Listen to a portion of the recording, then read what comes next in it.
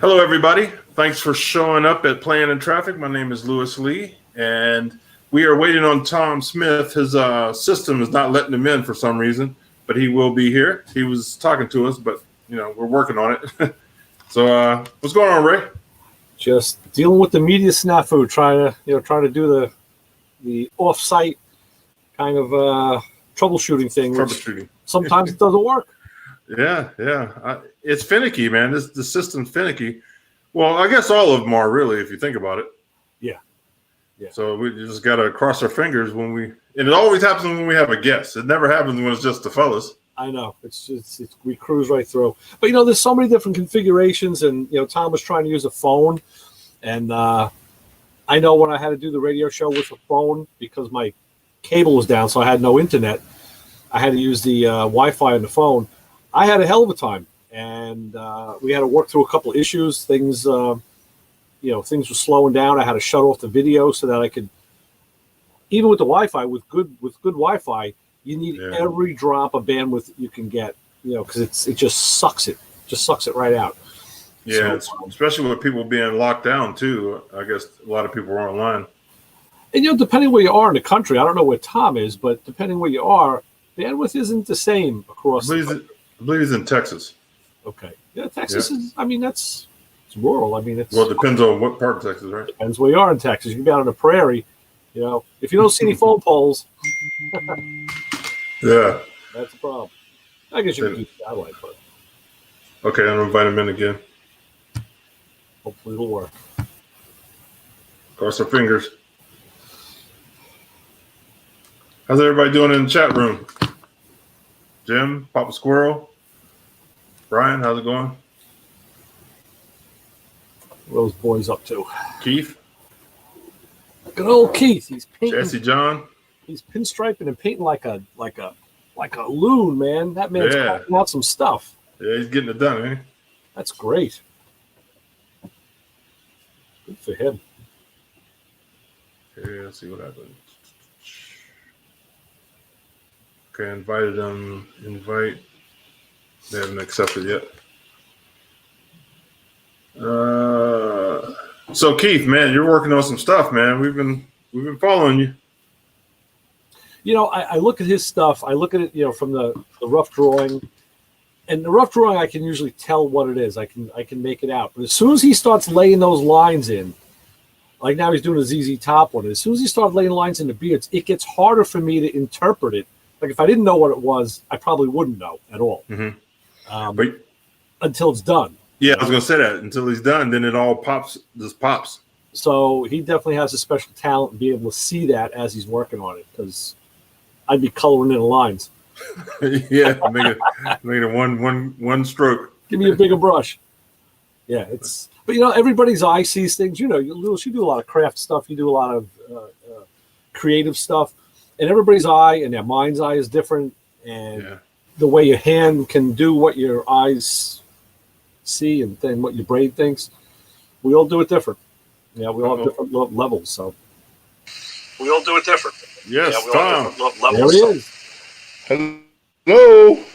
We can hear you now. Tom. And see you. Oh, we're on. Woohoo! What's going on? We can hear you now and see you. Houston, we're live. What's going on? Yes. Okay, people, this is Tom Smith from. Where are you from, Tom? People, this is Tom Smith from. Where are you from, Tom? I am from. Actually, I'm from Ohio, but I got to Texas as fast as I could. What part of Ohio? What part of Ohio? Dayton, Ohio, birthplace of aviation. Yeah, I remember. Now that you said that, I remember you telling me that in Canada. Yeah, I remember. Now that you said that, I remember you telling me that in Canada. Yep. I mean, we had some fun in Canada. Yeah, it was a good time. It was too cold though. Yeah, it was a good time. It was too cold though. Not for me, it wasn't. It was. I mean, I didn't have to put on pants or nothing. Yeah. I mean, long pants, right? It was just almost pants weather.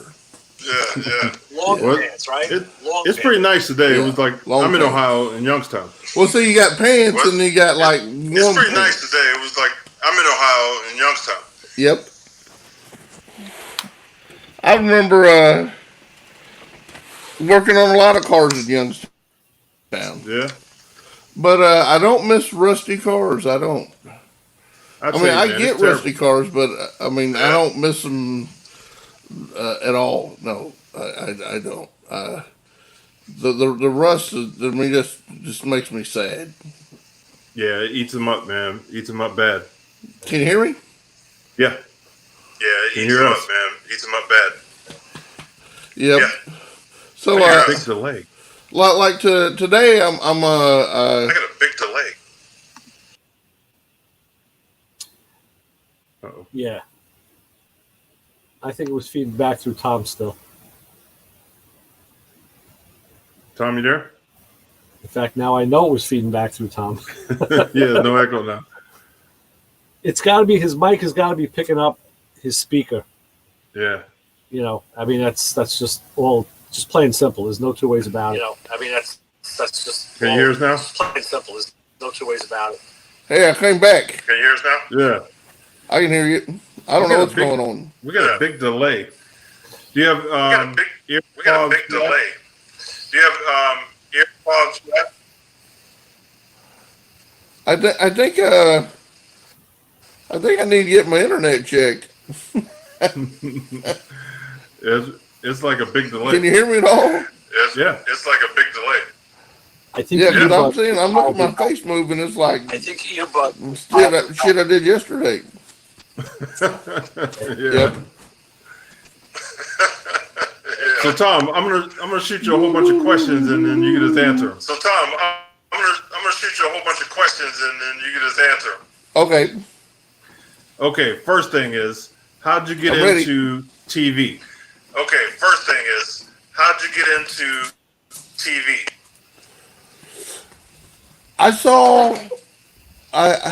I was at a car show and I saw one of the Gas Monkey cars, and I was looking at the car and I noticed that it didn't have the brake lights didn't work and the brakes didn't work either.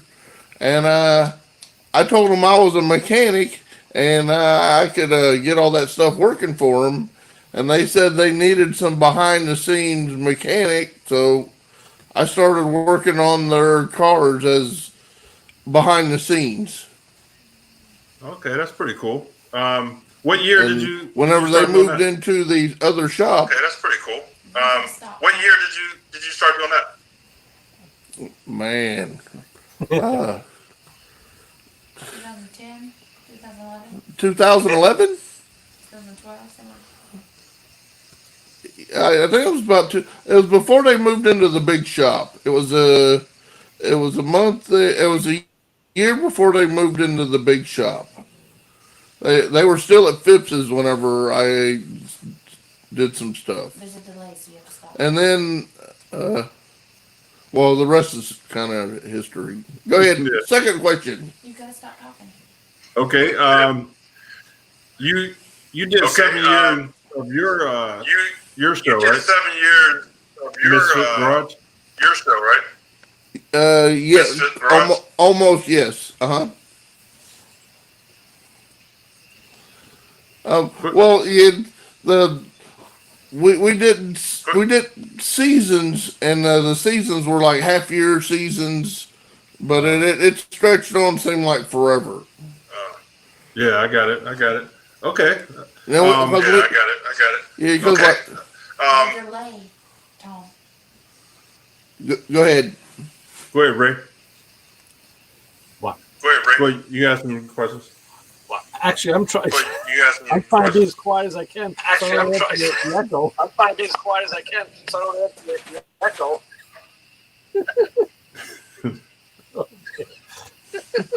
I thought you actually had a list of questions, so I'm just figured I'd let you roll. I thought you actually had a list of questions, so I'm just, figured I'd let you roll.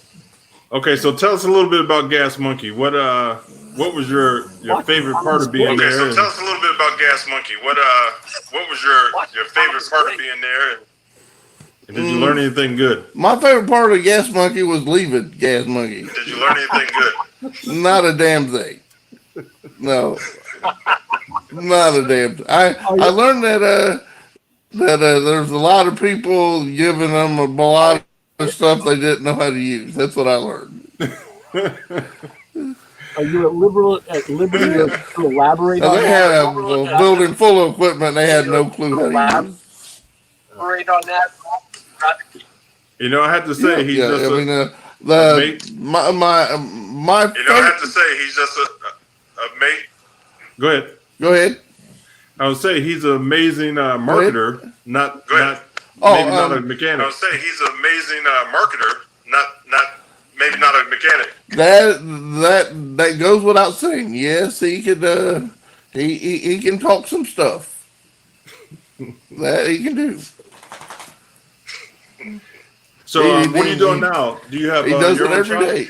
So what are you doing now? Do you have your own shop? I'm partners with a guy, and it's called Kendall Auto House. It's in Garland, and we're gonna start our own little YouTube channel, and we're kind of gearing up right now to, like sampling. 1 minute we'll be working on some crazy exotic, and then we'll be testing this rye whiskey against this rye whiskey, and then we'll go do something else. A fishing lure. We'll see who can work a fishing lure better. I mean, we're gonna, if it's something that can distract you for a minute, we're gonna be playing with it. I promise. Hey, that sounds good. I think everything's going towards YouTube. A lot of car We're guys. even going to be doing some Hey, from that the sounds good. vehicle I think fishing. everything's going towards YouTube. A lot of car guys. Yep. Yeah. I mean, I'm even going to get one of them signs that say, our mechanics are YouTube certified. Yeah.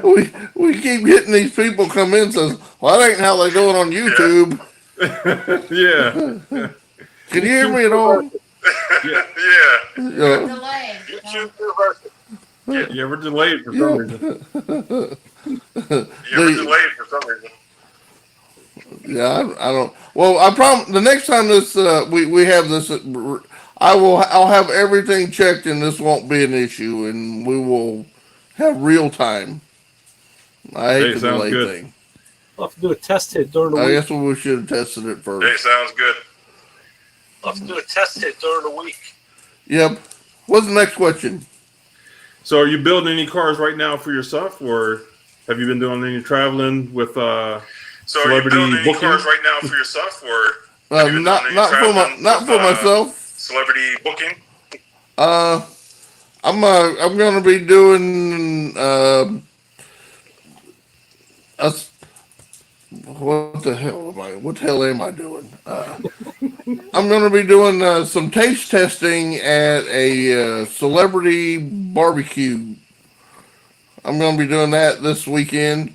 We're building a Mad Max clone, and we're going to be putting together a international scout that's supposed to have 1,200 horsepower and supposed to be able to climb straight up the freaking wall. Nice. We'll see. Wow. Nice. Ray, you want to Well, ask I me mean, questions? getting the axles Ray, you going. want to ask them any questions? So is that going to be like a rock crawler type of a Next question. vehicle? So is that going to be like a rock crawler type of a vehicle? Yeah, but he wants it to be streetable. And Well, Be yeah, rough. that's the problem. Wherever you give, I need to. take care of him. Is your battery thing here? That's the problem. Wherever you give, you got to take care of it. Yeah, there's no free lunch when you build a car or a truck. Yep. If you build one area up, Yeah, there's no free lunch when you you build a usually take car or a away from truck. If you something else. Oh, build one area up, Yeah, you usually take away from something else. Or yeah. They got to take a ride. I have a '52 Willis, and that's got a 900 horsepower, and they went for a ride in it, so they want something mildly similar, except with a Scout chassis, and so Well, I think with some the deuce and a half axles and a little bit of work, we can probably make that happen. Hmm. But That right sounds now like- we're still just prototyping the frame. That sounds like Okay. Stacy David is really into Okay. that type of Stacey- vehicle. David is really into that type of vehicle. But I like modern. I like 65, 66, and 67 Mustangs and putting chassis under them and just making them look as stock as possible and handle like they're on rails. Yeah, that's the way to go. I'm even thinking about getting a new Mustang and instead Yeah, of that's the way and to getting go. rid of the junk McPherson strut suspension on the front of it. And put a real front suspension on one and see. I mean, they'll put an IRS in the back, but it's still got a McPherson strut in the front. And I go, what are you guys doing? Makes me crazy. Engineer. I mean, they just this rear end is beautiful, Engineers. and then you got the single axis pivoting on the front, and it just makes me just go apey. They call that production cost. So. And I'm real excited about the new Ford, They call that production cost. the Bronco. They're actually having to have a Sasquatch edition. Oh, really? Did you hear about that? No. A Sasquatch edition Oh, really? Bronco. I want to dress up as Sasquatch and go ask about them at the Ford dealership, just for the hell of it, to wear a Sasquatch suit. Because no. I mean, everybody has to have a Sasquatch suit and a reason to wear it. Yep. That's me. So Yeah. did they come out yet, or? And So did they come out yet, or now? I know it's a prototype that they talked about, but I actually haven't came out with it yet. It's only on pen and paper right now. Yeah. I even like it, and I'm not a Ford guy. But the Broncos that came out, not the I even like Sasquatch it, and I'm edition. not a Ford guy. Huh? I said I even like that. I didn't new hear truck. you. I'm not a Ford guy. I said I even like that new truck. I'm not a Ford guy. Yeah. Did you hear that Dodge actually outsold Chevrolet trucks for the first time in ever? Ram outsold Chevrolet. I'm not Because they got surprised. that ugly I grip. thought that was I'm amazing. not Because they got that ugly grip. Everybody I know has one because at Yeah, least. well, I mean, I can't Everybody believe now how has nice one the because they Dodges lease are. them like crazy. Yeah. Them Dodges are laps of luxury now. You get inside of one of them and they're wow. See my dog? Say hey dog. Hey, dog. Hey, dog. That's my dog. He's on my lap. 150-pound pit bull on my lap. Yeah. The baby. You don't want to be on camera. Yeah. The baby. Yeah. One of them. One of them. We have 3 rescues. I mean, the wife, she rescues everything, and now we got 3 pit bulls. Good. So have you guys been traveling? With So what are you the guys shutdown? working on? So have you guys been traveling with the shutdown? No. We have been staying put, and if I'm not working on a car, she makes me come straight home. Yep. Yeah, this COVID thing's no joke. I mean, it'll take you out.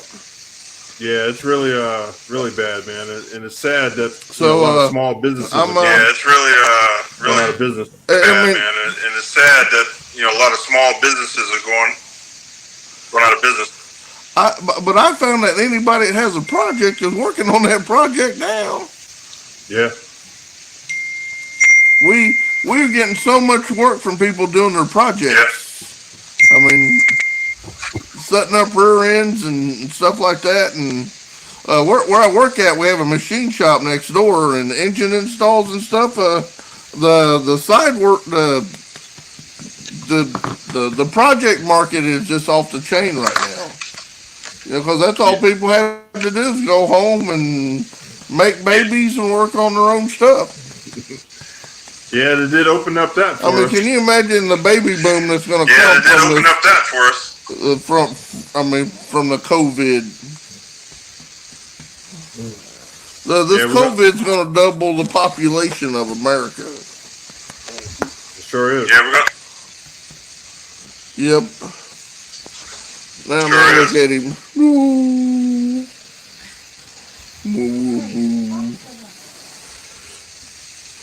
We got this is Terry Wilson from Cover. So have you been anywhere? Oh, we're getting a fourth person? This is Terry Wilson from Coverman 66. Hey! Tom, we're friends on Facebook. Did I get in here? Tom, we're friends on Facebook. We sure are. How's everyone doing? Radio Ray. So what's going on? How's everyone doing? Radio Ray. You got my man Wilson. What's happening, Tom? How you doing, partner? What's happening, Tom? How you doing, partner? I'm doing very, very well. Very well. I guess I was a little disorganized coming into the first chat, but the next chat, I promise, I'll be a little more organized. You're good, buddy. My first one, I guess I got a delay. You're good, buddy. You're good. Yeah, no, you're all right. Yep. Yeah, no, you're all right. No, I just popped in. So what are you up to? What do I see in the background? I see a toolbox. I see a truck. No, I just popped in real quick. Blown Trailblazer SS. Stone Performance. They just gave me. Blown Trailblazer SS. Stone Performance. They just gave me the new trailer arms for the back. The new trailer arms for the back. So I just put him on the passenger side. Now he's got to go and do a video for the. What's badass? So I just put him on the passenger side. Now he's got to go and do a video for the driver's side. That's awesome. Yeah, Tom, that truck there is a beast. Terry, we're on a delay. My thing's. Yeah, I hear the delay. Yeah, it might loot. Let's see. Still with us, Tom?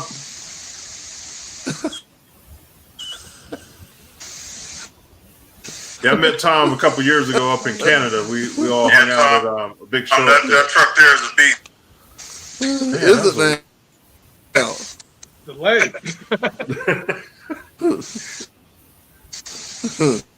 The beast is my internet over here. It's a beast. Yeah. Can you hear me? We can hear you. We're on a delay for some reason.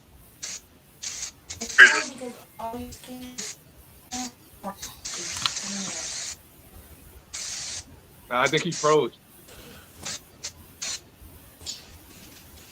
I hear the delay. Yeah. Yes. I think we lost him. Yeah. Hey, Ray, I'm going to be in your neck of the woods this Saturday. What are you doing? I'm going to a place called in Lindenhurst, Don's East Coast? That's it. Yep. I'm going out there to pick up he has a AC heater box original for a 67 Chevelle. Oh, nice. So instead of getting a B-Cool set up, I'm going to put in my 67 Chevelle and it'll be factory air. Why? Huh? Why? Why Because not use the aftermarket system? I'm just curious. Not well, because I like the heat of a GM. GM gives good heat. Yeah. I have a B-Cool system in my 69 Camaro, and it works okay. You know, like, I mean, it's not hot like how a GM system is. And my 71 Chevelle, I did the same thing. I had a non-AC car, and I found all the ductwork and everything. Even with the 67 Chevelle, I got the dashboard for an AC unit and all the ductwork. Nice. You know, for next to nothing. And the guy's selling me the piece for the vintage air is the best you can buy. Yeah, it's good, but I like AC. I like the fact that it's GM and put it all in there. It's going to be nice. Are you running AC? So you're all going to run AC in the Chevelle? I'm going to run. I got to run the AC in all my cars. But you're running the factory AC in the 67. Factory AC. Are you going to be able to find all the components of the system? That's got a. I got it.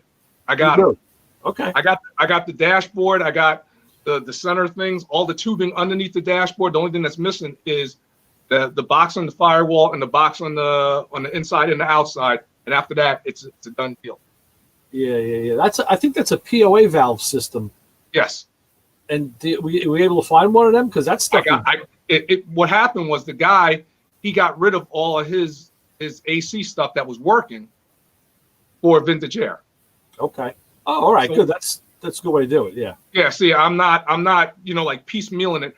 Although I do have this 67 Chevelle came a non-AC car, but then my buddy, he had an AC dash because I was going to go vintage air. But then I was like, I kind of like the AC dash better because, it has the little things on the center, got the vents in the center and the end. Yeah. It's a better looking dashboard. Right. So if you get the original stuff, that's a good way to go. No, I'm not chasing, like every little piece. I got all the pieces. Right. I got a bunch of original Firebird stuff if you want it. Oh, I got that. I got that Y thing. I got one of those right in the room next to I tore it out like Godzilla. Yeah. It's all going in the trash. Hey, if Tom's still you might in get the $15 for that. Yeah, I'll probably put it on Craigslist. I can get a couple bucks. You get a couple bucks for it. Yeah, I'd like to thank Tom for coming on with us. Maybe we'll get him back on in a what a couple weeks. shame, man. That guy had me rolling. Oh man, he's funny, dude. He's hilarious. I think just a set of earbuds and set them up. It'll take out that back feed. Yeah. Well, I think his internet was kind of slow too. That's why the lag. I'm wondering if he's running satellite internet. Oh, maybe. Yeah. You know what I'm saying? If he's not on a regular wired system and it's satellite, that would probably be the delay. Yeah. Could be. If he's running like, what's one of those, that big satellite company for Huge. Cable stuff? Dish or DirecTV. Dish, DirecTV. Dish, yeah. I'm wondering if that's what he's on. Yeah, him and his wife Dina, man, they're good people. We hung out in Canada with him. Man, he had us rolling the whole night. I bet. Yeah. I was wondering when I was looking at his photo before we started, because I came in, turned my laptop on, and I saw he was coming on, and I said to myself, "Is he the guy from TV, or is that an act?" That's what I was wondering. I wanted to ask him that. And I'm like, "Holy cow, he's a good old boy. I love him." Yeah. That's him. Good old boy from Ohio. Yeah, that's great. Yeah, he's got to come back. Yeah. Like I said, I was Facebook friends with him for about a good year and a half, and we always chatted up, but we never really met. I didn't catch him at SEMA, but I'm still bummed about that. They didn't go to SEMA last year. It didn't go. Okay, so I don't feel that bad. Yeah. There you go. You ever seen my 67 Chevelle? It's in pieces, but turn that camera, bro. No problem. We know where it is. Yeah, that's where it is. Woo! There it Love is. those taillights. Yeah, you know what it is? I just hung the quarter panels before I started working on the truck, so I haven't really touched this thing in about a year. Yeah. But That's a big quarter pound. yeah, oh my God, it was a nightmare. It was a nightmare Hey, because was that roof where it meets the roof? Was that leaded like the way they do the Firebirds and Camaros? Yeah, really. leaded. Did you re-lead it or did you just weld it? I didn't do anything just yet, but what's it called? What I did on this side, what I did was I cut it maybe 4 inches below where the lead part was, and then I welded a piece of metal behind it, and then I had another piece of metal where I can put it so it's nice and flush. Yeah, cool.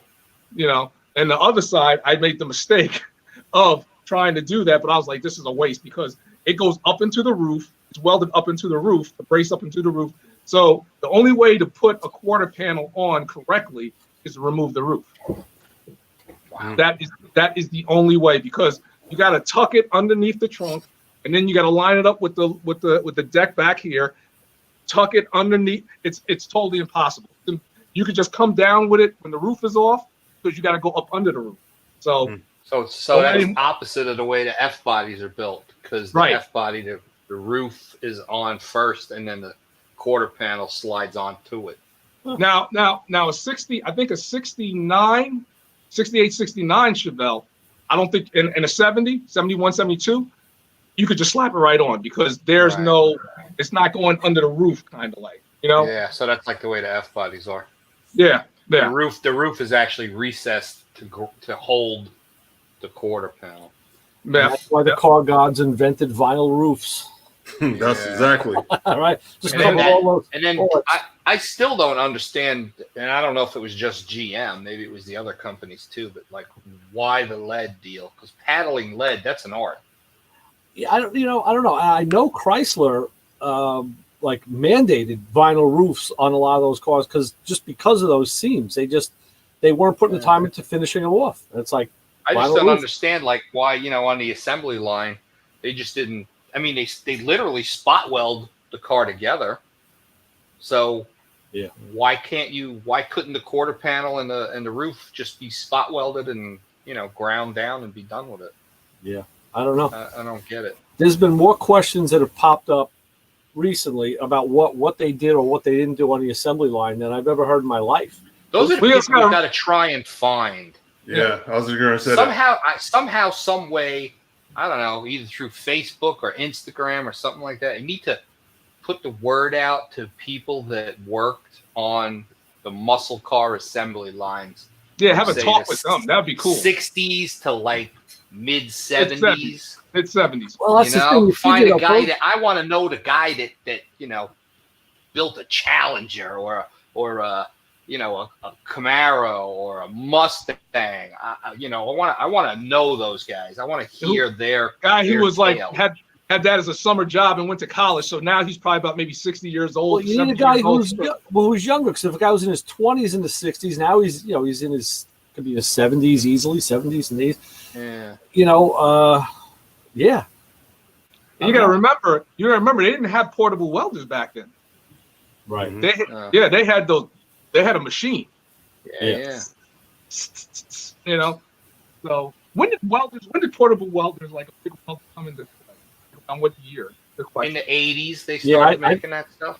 If I got one, in the 80s, the first one, but I don't know. I'm not the measure of that. Yeah. They probably In had the them. 80s. I mean, So- every shop that I worked in prior to that, like through the 70s, there was an arc welder. There was just a big arc welder and a Yeah. gas welder. And if you didn't know how to use them, you weren't welding. Now, the arc, is that the stick? Yeah. Yeah, Those big that's buzz what I learned boxes. on the stick. Those Which is Lincoln great for tombstones. But you couldn't do that wasn't made for doing sheet metal work because it was No. Too hot. much heavier. So everybody would gas weld. You would gas weld. I mean, you get a lot more control out of gas than you could out of arc. But I don't know. Maybe you go up on like the Lincoln site or the Miller site. You could probably find out the history, the Especially Dwayne timeline, like Maddox MIG would know. welders. Yeah, I was going to say, Dwayne probably know. Dwayne Maddox would know. I think. When did a MIG welder become something that they could sell to like a regular automotive Like shop? the public. Yeah. Yeah. Yeah, we'll get him back. Because We'll get him on the show. and having a find MIG out. welder was a huge breakthrough for them to come out with a wire feed welder. Mhm. And and do the gas, and then later on they came out with the flux core, which really isn't as good, but No. it's You gotta clean for up after doing that. little projects in the garage. They're okay, but and you could weld outside if there was like wind. It was a Yeah. lot better. I used one once. I played with one that a friend had, but I did see a difference in it. I mean Healy arc welding's been around a lot longer than MIG welding, Oh yeah, absolutely, yeah. and then and that was started out with DC, and then they went to AC when they started doing alloy stuff, aluminum, Right. That kind It's of. amazing how cheap they've come down too, man. Oh yeah. You get And let me a tell you welder something: the for- solid state stuff they make now is awesome. Yeah. It's absolutely amazing. Yeah. When I had to buy a MIG welder because I sold all of my stuff, I only kept the TIG welder. I kept the MIG and a TIG, and when I came to Florida, I got rid of the MIG to a guy that I had been working with, and so I came down here with just the TIG welder because I knew I was going to wind up using it sooner or later. But then when I needed a MIG welder, I was looking around, and I'm a Miller guy, but a Miller, the Big Reds, that stuff's real expensive, Yeah. And I'm like, do I want to spend that much money for like 2 projects? And I'm like, Right. So I started doing some research on this, these solid state units. and I just looked at a bunch of reviews, and I just kept for like 5 months. All I did was just look, and read, and ask questions, and the whole 9 yards. And then I wound up buying this 200 amp MIG welder from Eastwood. It's unbelievable. Yeah. It's amazing, and it cost me like $750. Yeah. Yeah, the And MOSFET technology is phenomenal. Oh, I could not believe for $750 what I got. I lay out unbelievable butter welds with this thing, whether it's sheet metal or 1/4-inch thick steel. I mean, it'll weld up to 3/8 in one shot when you crank it all the way up. And it's got a when you open up the door where the wire. There's nothing there. It looks like it's nothing there. There's like nothing there, but there's a fantastic chart on the door that tells you wire size and what material that you're using. And this one here is a 120 and a 220 unit, and I run it on 220 volts.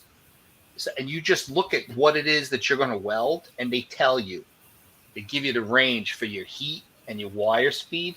And let me tell you something. They took their time to research it. Yeah. I mean, I'll go in there and start running a bead, and the only thing I may have to adjust is wire speed. Yeah.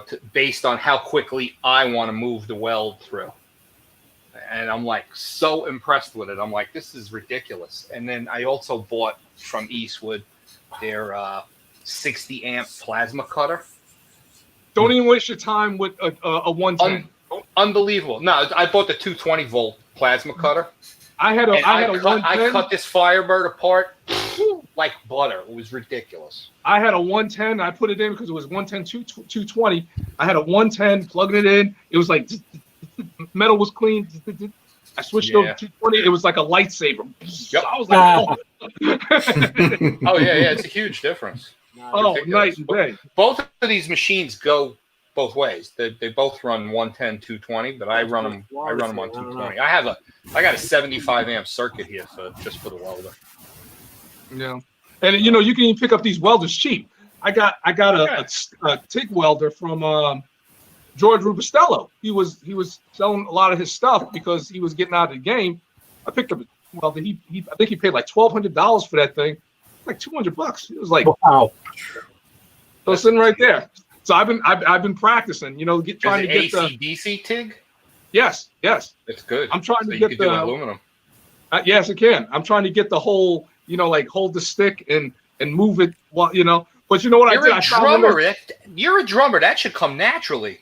Yeah, but you know what the thing is trying to move the stick without moving your hand. You guys, without trying to move your hand, you got to get the arm in the right spot, and it's a matter of doing this kind of a deal with your thumb. Exactly. But you know what I bought? Your two middle fingers, and what I bought? That rod just runs right down. I cheat. I bought one of those things where you put the stick into it, and you got a little wheel here. Squeeze. Oh yeah. Does George have any zillion cymbals laying around? I'm in the market.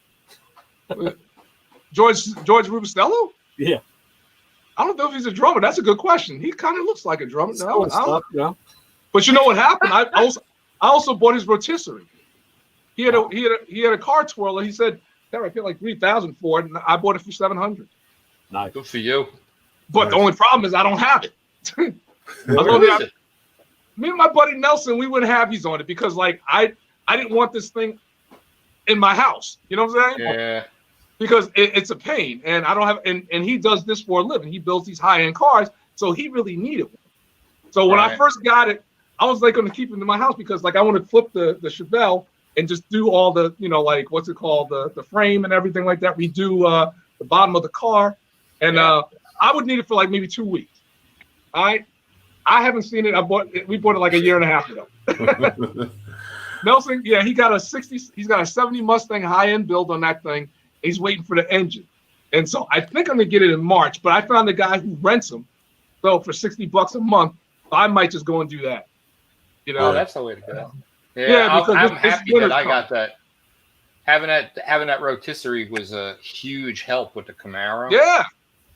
And I'm going to use it. I'm going to use it on both of these Firebirds. No, you get to flip it. Right now, I got it. I took it like half apart, and it's in my storage unit along with the new fiberglass nose and all the parts for the black car, and then some other stuff that I've collected. And it's just awesome to have, you know. Now, how far do you got to tear it down? You got to take it all the way up to frame, or can you still leave a frame on it?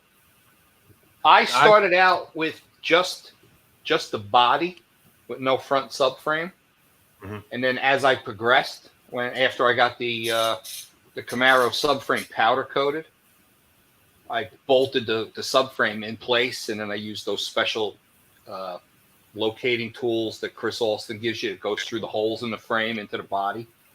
I got it all lined up.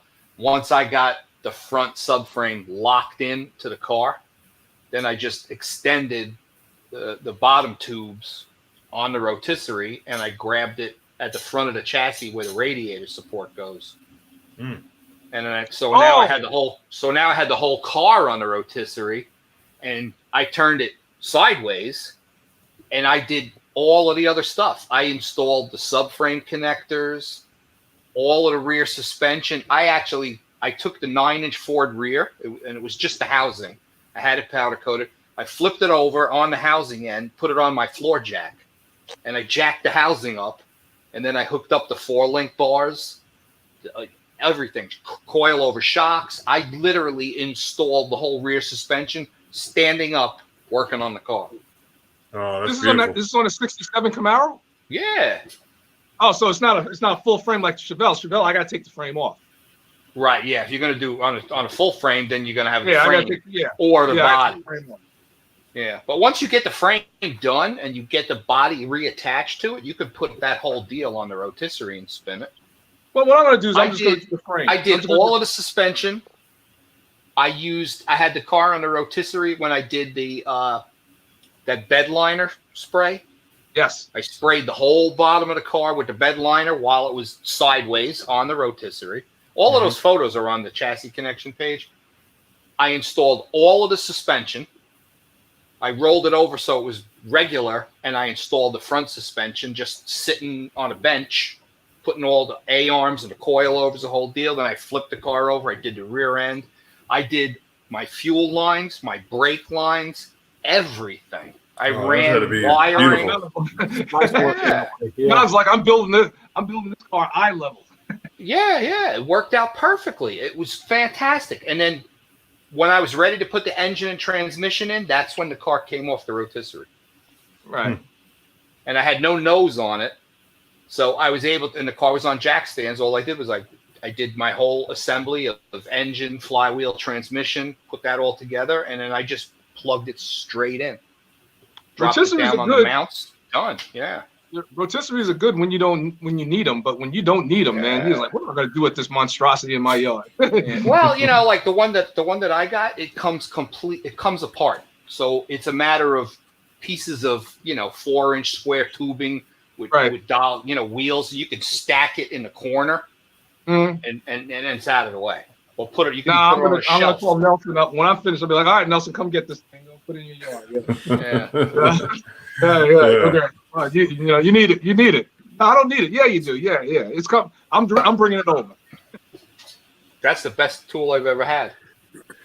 I met a guy in the backyard. To use it on these things.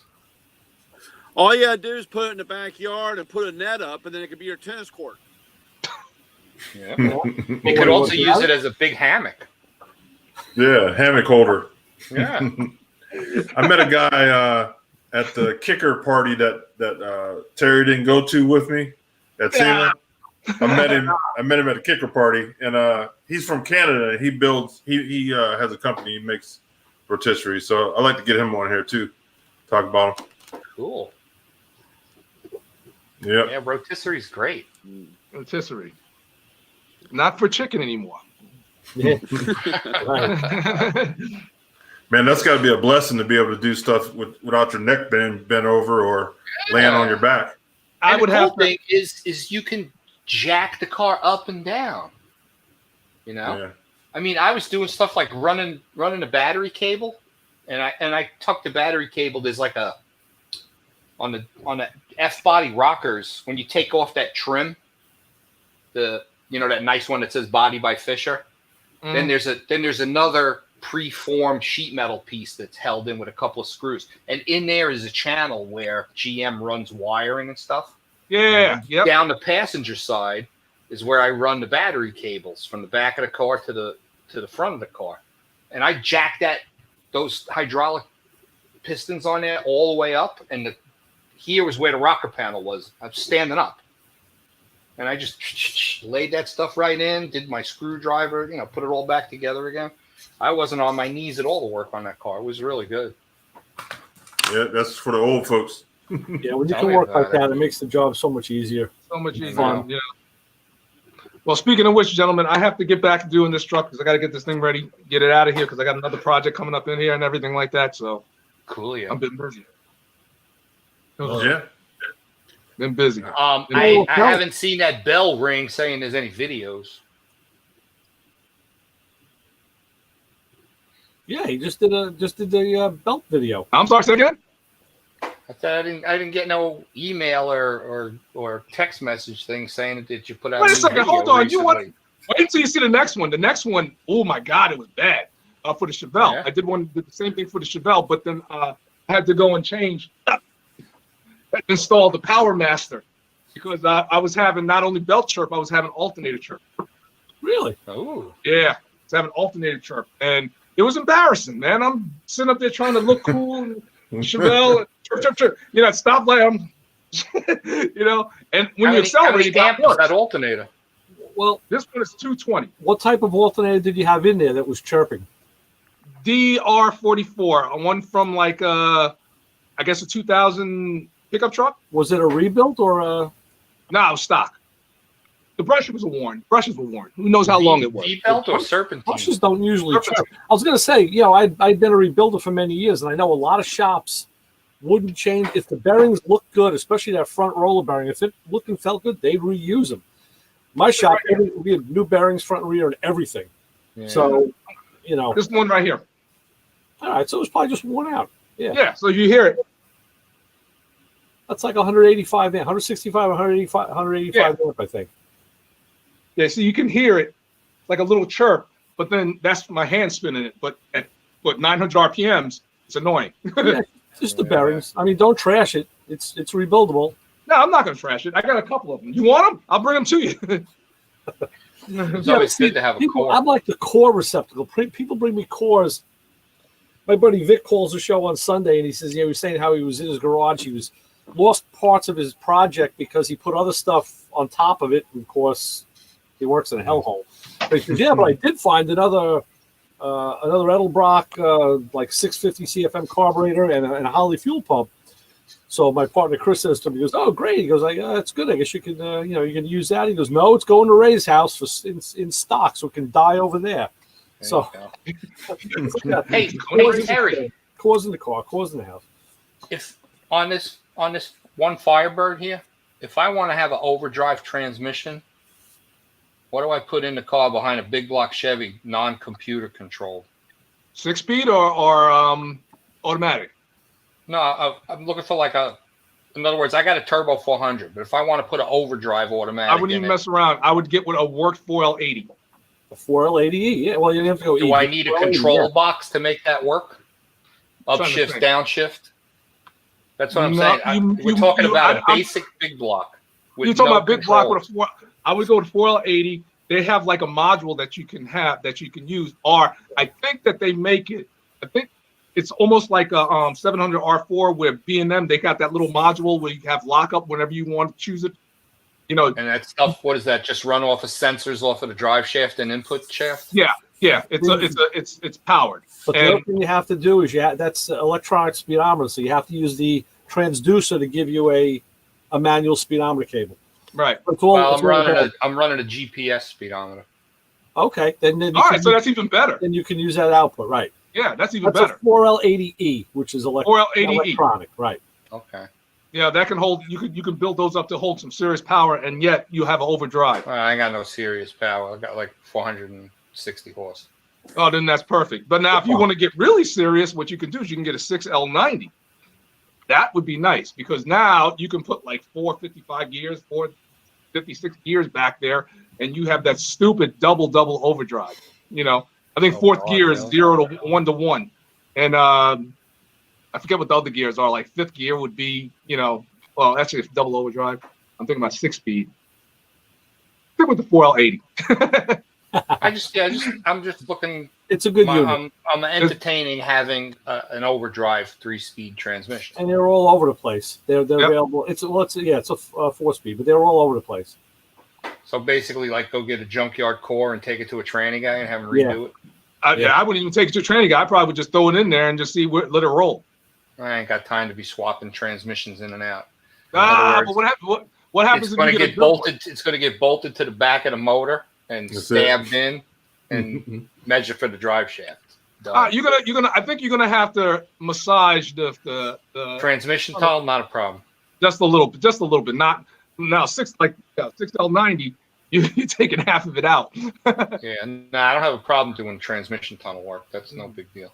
Yeah, but a 4L80 would be nice. I would say a 700 R4, but the only thing about 700 R4, you don't set that D10 cable, it's gonna fry that transmission, no matter what. Brian's got the mallet, the Matco mallet. Then we can't fix, right? Nothing we can't fix, right? That's it. And Brian, All right, so actually, that's you're a the man I want to possibility talk to, Brian. Does it ever snow in Delaware? I don't know. I'm not in Delaware. I'm in Maryland. Does it ever snow in Maryland?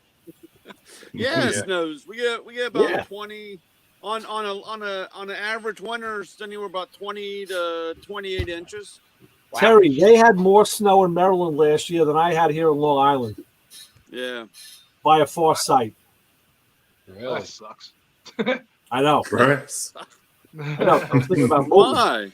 We just get rain. because I was thinking about moving. No. That's why. Yeah, I'm thinking about moving, man. Oh, Maryland's on the don't list. come to Maryland. You know? Yeah, but I want to hang out in a Matco truck. Yeah, that's what I'm saying. I'm gonna be the new product and market developer down there. You kidding me? Moving right next door to Brian. Right. It's like 2 weeks. Come- It's like 2 weeks. He'd have an LS56 Chevy. We'll go on each side. Of him. We'll be on either side of him, right? We'll just. Or you we'll said, Terry, you gonna, Come you gonna on, spend his Terry. money, Terry? No, Terry. We'll box them in on either side. And then we'll go over there Yeah. and we'll work on that Mustang. That's it. Exactly. And there'll be an Ellis in that Mustang with a T56. Yeah, oh yeah, yeah. Don't yeah. worry. No. Yeah, there's gonna be a coyote in your Camaro too. No, that's not right. That's blasphemy. No. On On that note, I have to go. Always a Speaking pleasure, of gentlemen. blasphemy, you know, his pop passed away. Who? Oh, What's his did he? name? Mike Mike Finnegan. Finnegan. Ah, Yeah, the other day his dad passed away. Oh, wow. I just saw a video with the two of them on Yeah, YouTube. yeah. Yeah. Even That's sad. Finnegan came down here to do a thing with. Tammy. Oh my God, what's that guy's name? I told you, that crazy video guy, Oh, yeah. Cletus. Cletus. Oh, Yeah, he right. came down here last weekend to do a Cletus. He got a whole bunch of, like 4-door LTD, cop cars, like 20 of them. He bought them at an auction. Because he bought the circle track next to the Bradenton drag strip, and he calls it the Freedom Factory.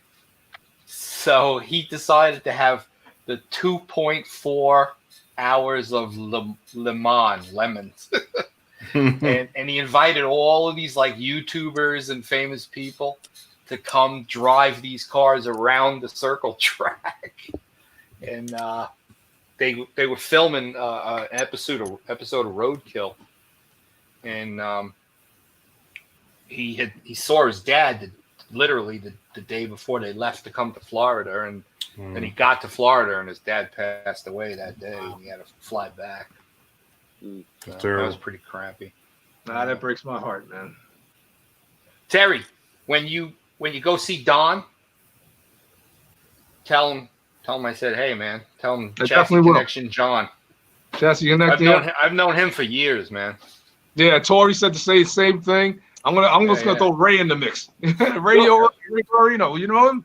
I've done it years ago, yeah, and then I was using Yeah. other guys, but yeah, I've used them. I used to buy stuff from Don all the time because he had all the 55, 56, 57 stuff. Oh, you man. I was just when I was looking to get my stainless polished, his name came up, but it also came up with dollar signs all around it. I was like, Oh yeah. so I found another guy who was just as good. I know he was. I couldn't do a dollar comparison because you had to go by the piece, but I mean it's never cheap. But Don was particularly. I'm gonna tell him Glenn Hunter said hello. I'm gonna be like all those Long Island boys. Everyone got that's it. all them guys. Everyone says what's up. You should go pay a visit to Glenn because from where Don's shop is to where Glenn lives is just about a half an hour. I should do what? You should go visit Glenn, man. He's only about a half an hour away. Glenn Hunter's my man. I love that guy. Glen's the best. Yeah. Who's his friend that drives that bucket, that yellow bucket? Oh yeah. He's a machinist. He's an awesome machinist. Yeah, I forget his name. He drives that yellow bucket, and they go back and forth. You know, those dudes, those guys are my friends since the 70s. We all hung out together with our cars, and you know, everybody progressed. Well, you see what kind of car Glenn drives, right? Oh yeah, man. He's had that since high school. It was his grandmother's car. Yeah, I know. It was his grandmother's car. Glenn's younger than me. He was still in high school when I was tooting around with the first Firebird. And I know all of those guys. We all got older together, and we all hung out and street raced and went to the drag strip and did all of that stuff. See, I can't see what it is. I can't hang out with you guys because next thing you know, I'll be pro modding this thing, a wheelie bar out the back and everything. You know. Yeah, Glenn put that thing in his sixes. Pulling wheelies and everything. I've been like, they're like, how did it all start, Cover Man? Yo, I was hanging out with Radio Ray, you know, John, Glenn. It was ridiculous. You know. Also Frankie Tattoo, the guy with the silver 55. Who's the guy? Frank's got a couple tattoo shops.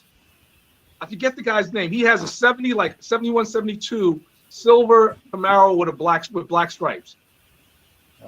Trying to think. Funny guy. Oh, I forget his name. They were all down at that Pink's All Out with Mike with Brian Basson. They were all down there that day. That was fun. Yep. What was that guy's name? Oh my God, he was funny. I don't know. I forget. But yeah, I didn't realize Long Island. Well, I knew Long Island was. Well, actually, I got this car. Long Island was a huge hotbed. Yeah, those dudes are all my homies. I built a box Nova for that guy Frank. Like orange tangerine box Nova, 65 or 66. Started out as a pro street car, and then it progressed to a really, really big small block with a freaking Liberty crash box. Frank's a maniac. All my cars I got from Long Island. This one I got from Port Jervis. This one I got from Oyster Bay, I think it was. The other one, my blue one, I got from Huntington. Huntington, yeah. You know, from police, you know. And what else did I get from Long Island? Travell was Virginia. Lincoln was Pennsylvania. The other one was Connecticut. I guess that's it. 69 Camaro was Delaware. I was in Delaware. Yeah. Ooh, there you go. And I find out that Mac O'Brien isn't from Delaware. So that you ruined his whole night. All right, you know. I don't know if I can eat tonight. Close though. Close, you know. Yeah, it's not too bad. I mean, like you blink, you're out of Delaware. So you know, just call Delaware North Maryland. It ain't too far. Doesn't Biden live in Delaware? Yes. Fuck, I'd move, man. Asshole. I love the fact that he's standing in front of the president-elect banner. I had my first. It's an office that doesn't exist. It was I know, right? The office of the president-elect. Yeah, and it doesn't exist, but yet that's his new thing. That's his new banner. I saw AOC on TV today, and some other guy that won an office in the borough, and he was saying how they were pretty much coming right out and saying, you know, we will be dictating the terms that he's going to have to abide by. Like, and they're saying this on TV to news cameras. Like, geez. I don't know. If he It's a doesn't mess. see the light, I mean, he's worse than I thought. If something really devastating doesn't pop up real soon, he's going to be living in the White House. Yeah, yeah. So I don't know. Trump's people keep looking like fools every day, but I don't know. Maybe it's part of their game. I'm just hoping something. Today, Rudy was throwing all kinds of shit at the fan, and I'm just kind of hoping something sticks. Yeah. But you know, the left was really, they were making fun of him because his hair dye was running down his face. He was sweating, and I'm like, oh god, Hate that it's like happens. so embarrassing. He is not a good You must use representative. that stuff for to you guys. spray in. Oh yeah, right. He is not a good representative. Rudy has got to. He's take him out. I mean, he's got to go. He is not a good representative for you guys. I'm sorry. He's not. He was so good as a mayor. He cleaned At up one New point, York. yeah, but he's making it worse. He's He's making himself look like a fool. You know, Yeah. and as a prosecutor, but you know, he should have gracefully retired, and he didn't. Yeah, I guess it's hard to leave the life. You know, it really is. It's like, I guess. I don't know. well, they say that Trump is paying him, I think, $20,000 a day or something like that. That's not hard to Get turn outta down. here. Whew. Yeah, something like $24,000 a day. Yeah. Man, that's crazy, ain't it? That's Yeah. not- They could pay me $1,000 a day. I'll be good. Yeah, I'd be right there. Yeah. I'll say whatever you want me to say. All right, fellas, I'm gonna jump off too. All right, see you. I talked to Shag today, and Shaggy. Yeah. so he's saying first week of December he has a big announcement he wants to share with us. Oh my So- God! Tell me he's getting his own show. I don't know. He didn't tell me. He just said he wants to tell us something. So I like him. He's a funny guy. first week in November or December, he said. So we'll get him in. Very cool. Yep. Shorty's gonna come on too. I like Shorty. Yeah, he's a heck of a painter, man. Oh man, Yep. So that guy's awesome. I would yeah. love to contract him to do some work, but I don't need that kind of stuff. Yeah. Yeah. Well, no, he does more than lowriders. He does some Well, stuff. no, I'm saying, for me to send the car to Texas to get painted is Yeah. kind of stupid. Yeah. Yeah. So Well, you know what, my boy Nelson, when you come up, Ray, what's it called, Lewis? We're gonna go over this. We were gonna go over there. Mhm. He's got that 70 Mustang. Shorty's gonna paint that. He's gonna send it over to Texas and get it painted. Oh, nice. Nice. Yeah. So him and Shorty are good friends. So, hopefully, like maybe I'll get my rotisserie soon enough. Yeah.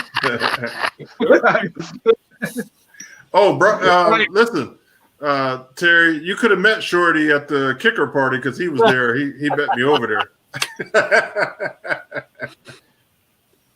Poor Terry. Yeah. Hey, you'll learn when I call and say, "Hey, we bouncing. Let's I go." got my picture with Shorty at SEMA. Hold on a sec. Let me explain to you what happened. All right. First of all, Louis Lee had his family out there, which is beautiful, which is good. Now he says to me, Terry, we were supposed to go to the count or Steve Darnell. Welder up. Yeah, we were supposed to go to Welder Up, right? So he goes, you know what? My daughter's here with her friends. We'll go to Welder Up some other time. But I think I'm gonna have to take her to the dub party or the kicker party, whatever. Dub party, yeah. The dub party, and I was just like, I was cool with it. I was like, well, you go ahead. I didn't want to be the old man at the dub party. Right? I'm not gonna be the old man at the dub party, so I was like, you go ahead. You what's wouldn't the name? find me there. So I was just like, I went back to the room and started editing. Went to dinner with Nelson Gill and I think Dwayne Marriage was there. Sarah Edwards, the whole family was there. And we just ate dinner and we chilled. But now he's teasing me. See, he told me it was a dub party. He didn't say it was a kicker. He said a dub. Hey, we went to dub too. Hey, all Man, the big, it's 2 years ago. Don't worry about it. yeah. So I'm just letting him know for next year. Hey, when I say, hey, we rolling, get in the limo, we bouncing. Let's go. Woo! We go. Okay, fine. I gotta go. We'll have Ray. Ray gonna be the limo driver. Yeah, I can do that. Terry took a freeze. Pissed Terry off. He just split. Yeah, he said he had enough. He's like, I'm out of here. Now I'll tell you what, See ya. I really slowed down at SEMA, man. When I was younger, I used to go to all of them. Like every night, there was a different industry party. But man, now I'm getting older, man. Shoot, after I walking don't around get to go to SEMA, any of those industry parties because I'm just a buyer. I ain't no Yeah. media guy. well, no, you come hang out, man. We'll go. All right. If I don't know. I can can't. find you. Listen, I can't. Yeah, I missed you the whole Last week. year, I didn't have your phone number, so I couldn't call you. Yeah, And then Do it. I saw Lou, and then he disappeared. yeah. And I'm like, all right.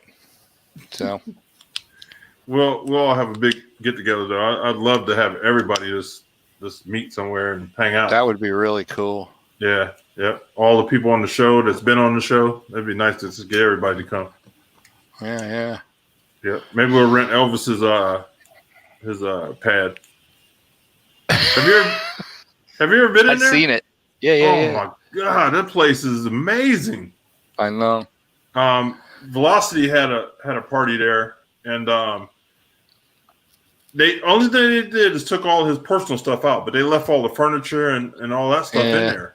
And man, it could be built today. It's how modern it was. Oh yeah, Like yeah. Yeah, it's really hooked up. Yep. I stayed at that hotel.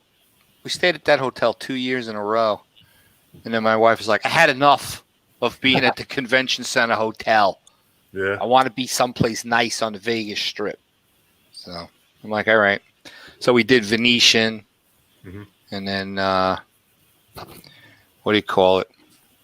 What's the one all the way down the other end where that crazy guy was killing people out the window? Oh, the not the MGM. No. Not the Monte Carlo. The what's the name of it? God. I stayed in that big one too. gold one. Yeah. Shoot. Yeah, I stayed in that one too. It's Yeah, owned that's by nice. MGM. Yeah, a lot of them are owned by MGM. Yeah. I stayed at when I did some hauling for Velocity. No. Speed Channel. I moved some cars for the Speed Channel, and they put me up at the Monte Carlo. Man, those rooms were $700 a night. Hell yeah. Oh my goodness! I was like, you got me an idiot to pay that kind of money. Mandalay Bay. Yeah, That's the one. Mandalay Bay. Mandalay Bay. Yep. Stayed there. I think next year we're going to stay at Caesars. Yeah. Because I did 2 years in a row at Venetian, which is like, I still haven't seen the whole Venetian. That's how big that place is. Caesars, incredible. Caesars is real old school. Yeah. We go into Caesars to like go through the shopping and stuff. Yeah, we do that too. Check We out. stayed but there for 2 years. And I wanna we stay went there. At the Paris and Yeah, I never we stayed were at the Paris. Venetian. Can't think of. We were at one other place. We all should get a spot at the Gold Nugget. The Gold Nugget. We That stayed is at the Gold Nugget I went out there for my daughter's 21st birthday. She's like, let's go to Vegas. So Barb said, let's stay at the Golden Nugget. That's Right the there old on- school Yeah. Fremont Let me Street. Fremont Street. It was awesome. And Yeah. the weird part is like, you walk into Golden Nugget and it's got that, you can smell cigarettes from the 50s in that place. That's Still how got the shag old carpet. it is. Yeah. That place is old. But you just go downstairs, you go through the casino and the bar, and then bam, you're right there on Fremont with all the freaks. It is crazy. Awesome. Totally awesome. We were there for Halloween. Oh, What a Listen. crazy night. is Keith still in the chat? Keith and me and my wife went on Fremont Street on Halloween, Yeah. and it's it was crazy. Yep. Unbelievable. We had to get out there, man. Craziest Halloween I've ever spent in my life. Listen, I almost had to kill a parrot. This guy, we're walking through this crowd of people, and he puts a parrot on my wife's shoulder, right? So, I take a picture, and he goes, okay, that'd be $5. I'm like, listen, I didn't tell you to put that bird on my wife's shoulder. I was like, look, Yeah. I ain't giving you nothing. You better take that bird before I cut it. I was going to cook that thing. You got parrot sandwiches. Yeah. Keith was rolling. I think he was still in the chat room. He was like, man. Did you go to White Castle down the end? Well, you go there when you drink. See, I don't I drink. go to so- White Castle, man. I go there for lunch. We went out. We went like during the day. Me and Barb, we jumped in the car and we went driving around. We wanted to go. She's like, let's go where they film, porn stars. Mhm. And that's like right around the corner. Mhm. And we got there and there was like a line out the door and around the parking lot. Yeah. And I'm like, I've seen the inside of that place on It's TV. small. It ain't worth waiting online, Yeah, it's really small. So in there, too. we did some driving around. We went and checked out a couple of other places, and then when we went back, I said to Barb, I'm like, I gotta have White Castles. She's like, well, I'm going up to the room. You could eat all the belly bombers you want. She goes, but I don't want to That's hear it. when you get sick later And I on. can sleep on the balcony. Yeah. Hey, listen, the first It time I was took good. my wife out there, we were riding down the Vegas Strip, and I see this pawn shop, right? And I see all these people outside. I'm like, oh my God, these people are pawning everything to gamble. And that's what I was thinking, right? Right. So a couple days later, we're watching TV, and they show it, and I'm like, wait a minute, that was the pawn stars. Yeah. I thought people were selling their lives away to go gamble. That That was all nuts. sad. Yeah, we hit like 5 different places that day. We went to there's a place just up the block that has all kinds of like gambling stuff that you can buy, like all kinds of dice and cards and Oh, yeah? just stuff like if you had a gambling room, chips, you can get custom chips. The whole thing nice. was that place was huge. Wow. So we were there for about an hour and a half, and we bought some trinkets and some stuff like that. Then we went by Count's place. We went to Welder Up. I mean, we were everywhere. We spent the whole day zigzagging all around Vegas. And she's like, why are all of these car? No, we did it on our own. She's like, why are all these car shows filmed in Vegas? I'm like, for the same reason they filmed the aquarium show in Vegas. I don't know. It's just a place. You know? Well, let me know if you want to go to the World Up. We'll go there, and take a tour, man. He got a nice tour put together. Yeah. Yeah. All right. That's cool. Hit a heck of a party too, man. Icebox, the radiator company. Uh-huh. They sponsored his parties, and man, they got a big party going on. He had a like an ad on Facebook. I think it was yesterday or the day before. I think he's getting into doing welding classes. Yeah. I saw a thing where he was talking about, it pisses him off to see like a really horrible welding, and he goes, anybody could really learn how to weld if they apply themselves. So I think he's It's getting into $200. he's going to teach how to weld. Oh, that's cool. 200. Yeah, I got the application. I signed up. Is it like a video thing, or you go there? Well, right now because of the whole COVID, it's all video. It's all online. Yeah. And it goes through. And like I said, I missed the beginning because when my dad died, that was the first class, and I didn't go. I mean, I didn't do it, but it's $200, and you go through the courses, and he says you'll be certified. You can become certified and everything, and you learn different weldings and so forth. Yeah, I went to night school for that. I got FAA certified. Yeah. That was hard because you got to weld different kinds of welds, and then they send them to a destruction lab. They X-ray your weld, and they can see the penetration. They could see if you had too much heat, you actually crystallize the metal molecules. There's a lot of stuff that's involved if you're welding on an airframe. Yeah. And that was one of the things that I did. It took me almost 2.5 years to do what I had to do to get FAA certified. I did ICAR classes for welding, and then at work we have a civil tech lab. We can do destructive testing of samples. Yeah, we do torsion and we do pull. So I was taking my welding coupons and putting them. I jigged up the machine so I could test my own welding samples. So, there you go. Yeah, it was a lot of fun. Steve's going to come on the show, but it's hard to pin him down. So it's going to be one of those. He's going to say, yeah, then we got to get him on like right away. It won't be like a notice. That's cool. He would be funny. Yeah, he's a good dude. He's a good guy. Yep. It's when this stuff breaks, is his show still going to be hanging around? Yeah, I think so. I think they're still filming. Oh, okay. There's nothing on TV now, no. Nothing. I know. I'm waiting for all the new stuff. I tell you what, they are filming because a friend of mine, a Long Island buddy of mine, he's a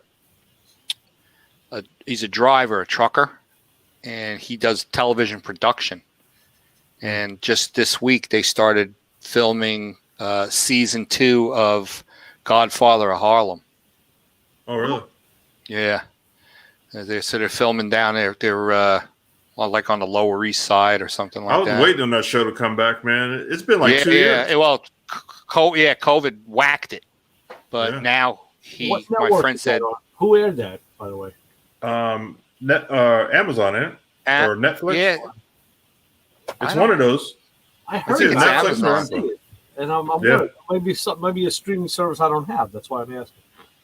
It's one of the two, just look it Netflix up. or Amazon. It's a great show. Unbelievable. Really, really good show. And you know what's really wild? The guy that plays Malcolm X, have you seen photos of the real Malcolm X? That actor looks like him. Sure does. And he acts like him. And I'm like, oh my God, it's like Malcolm is alive. It's a really, really good show because it tells you all about the stuff, in the mob between the Italians and the blacks.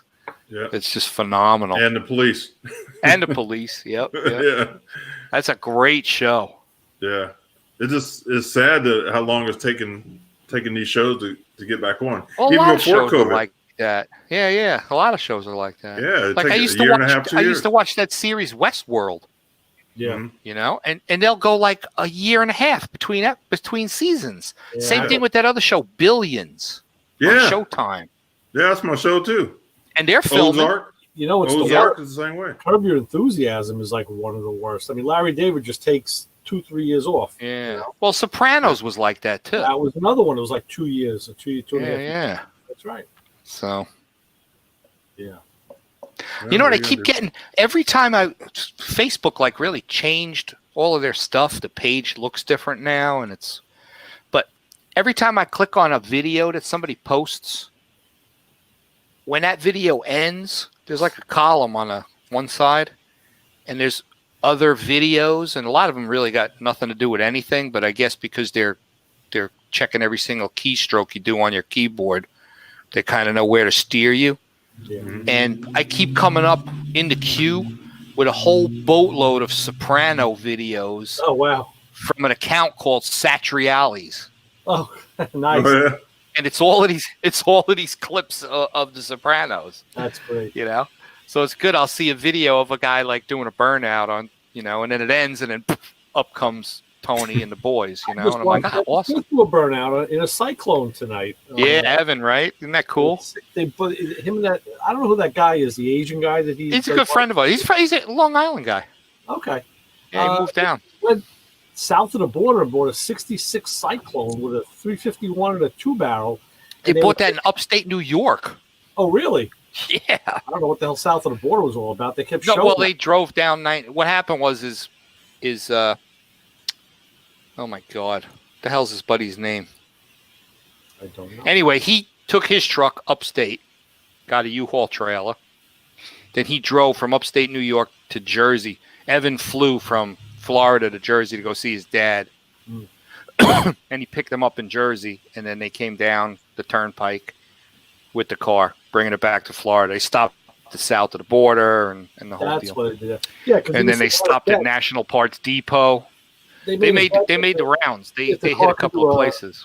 There was a running bet if the car could do a burnout, and the other guy said no way, and Evan said yeah it will. So he gets in it, starts it up, and of course they said the exhaust fell off on the trailer on the way down, so it was loud. And backs off the trailer. He goes, "We're going to do a dry burnout, no water," and you can hear me. Puts it in gear, he brakes it, starts bringing the engine up like to try and break the tires, and the car stalls. We're like, oh shit, that's not good. So you can get some water. He goes, okay, we'll use water. And Evan says, yeah, no problem. We'll do that.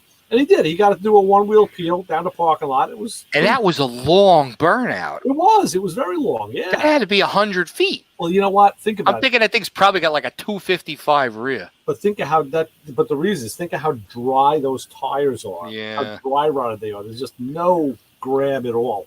They're trying to figure out how they're going to restore this car, rebuild it, because they want to use it on the street. And I told them, dude, you got to just do Wood Brothers, a Wood Brothers Cyclone.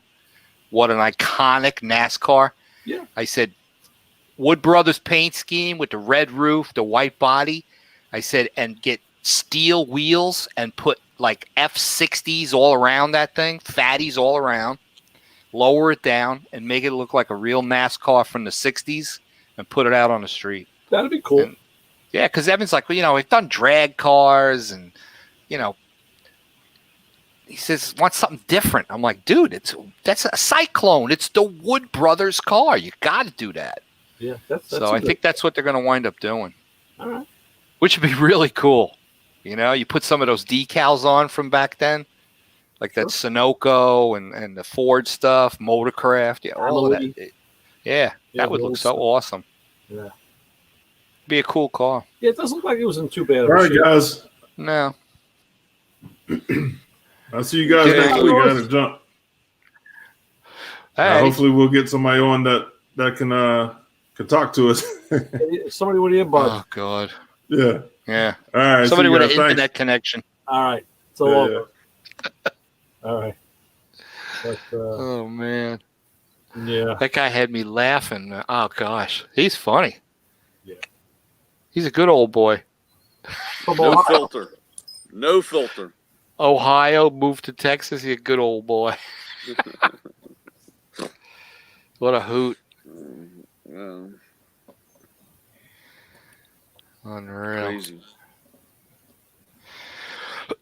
Well, I got the day off tomorrow, so the nose cone is coming off this thing. Radiator support's coming out, and after that, the engine and transmission. Nice. I'll split them. I'll stick the engine on the cradle and shove it under the workbench next to the one from the Black Firebird. I'll have 2 big blocks under my workbench.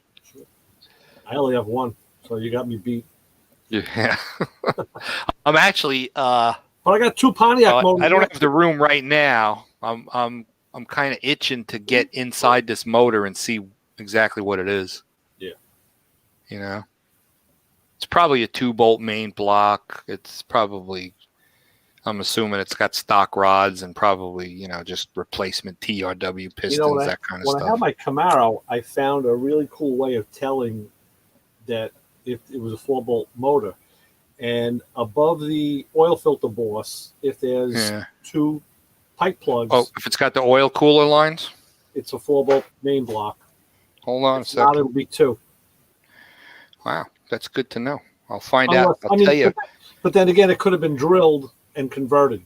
So yeah, but it's hard because on the big blocks, the boss, in other words, the boss is rounded at the bottom where that plug goes. Okay. It's, you know what I'm saying? Oh yeah, look at that. There is a plug. There's the well, there'd be a plug there's below 2. it. Yeah, there's a plug below it. That's for the oil pressure. There's a plug directly above the oil filter, and then there's one just forward of that. There's 2 pipe plugs. Below to the right would be the oil pressure sending switch. Okay, and then right above it. I remember 2 up on top, but I guess that could be different. Maybe there was different. No, because my big block only had 1 above it. Okay. Yeah. Yeah, it's well, I don't know. It's a 1/2-inch pipe plug. That's not real big. I think mine had like a 3/4. Oh wow! My 4-bolt main. Mine weren't that big. Yeah. The let me tell you something. The motor that was in the Camaro that had 2. Mm-hmm. One of them was a 3/4. One was a 1-inch. Wow. Yeah, and I wound up using the 3/4 because I didn't want to adapt a 1-inch. I couldn't find.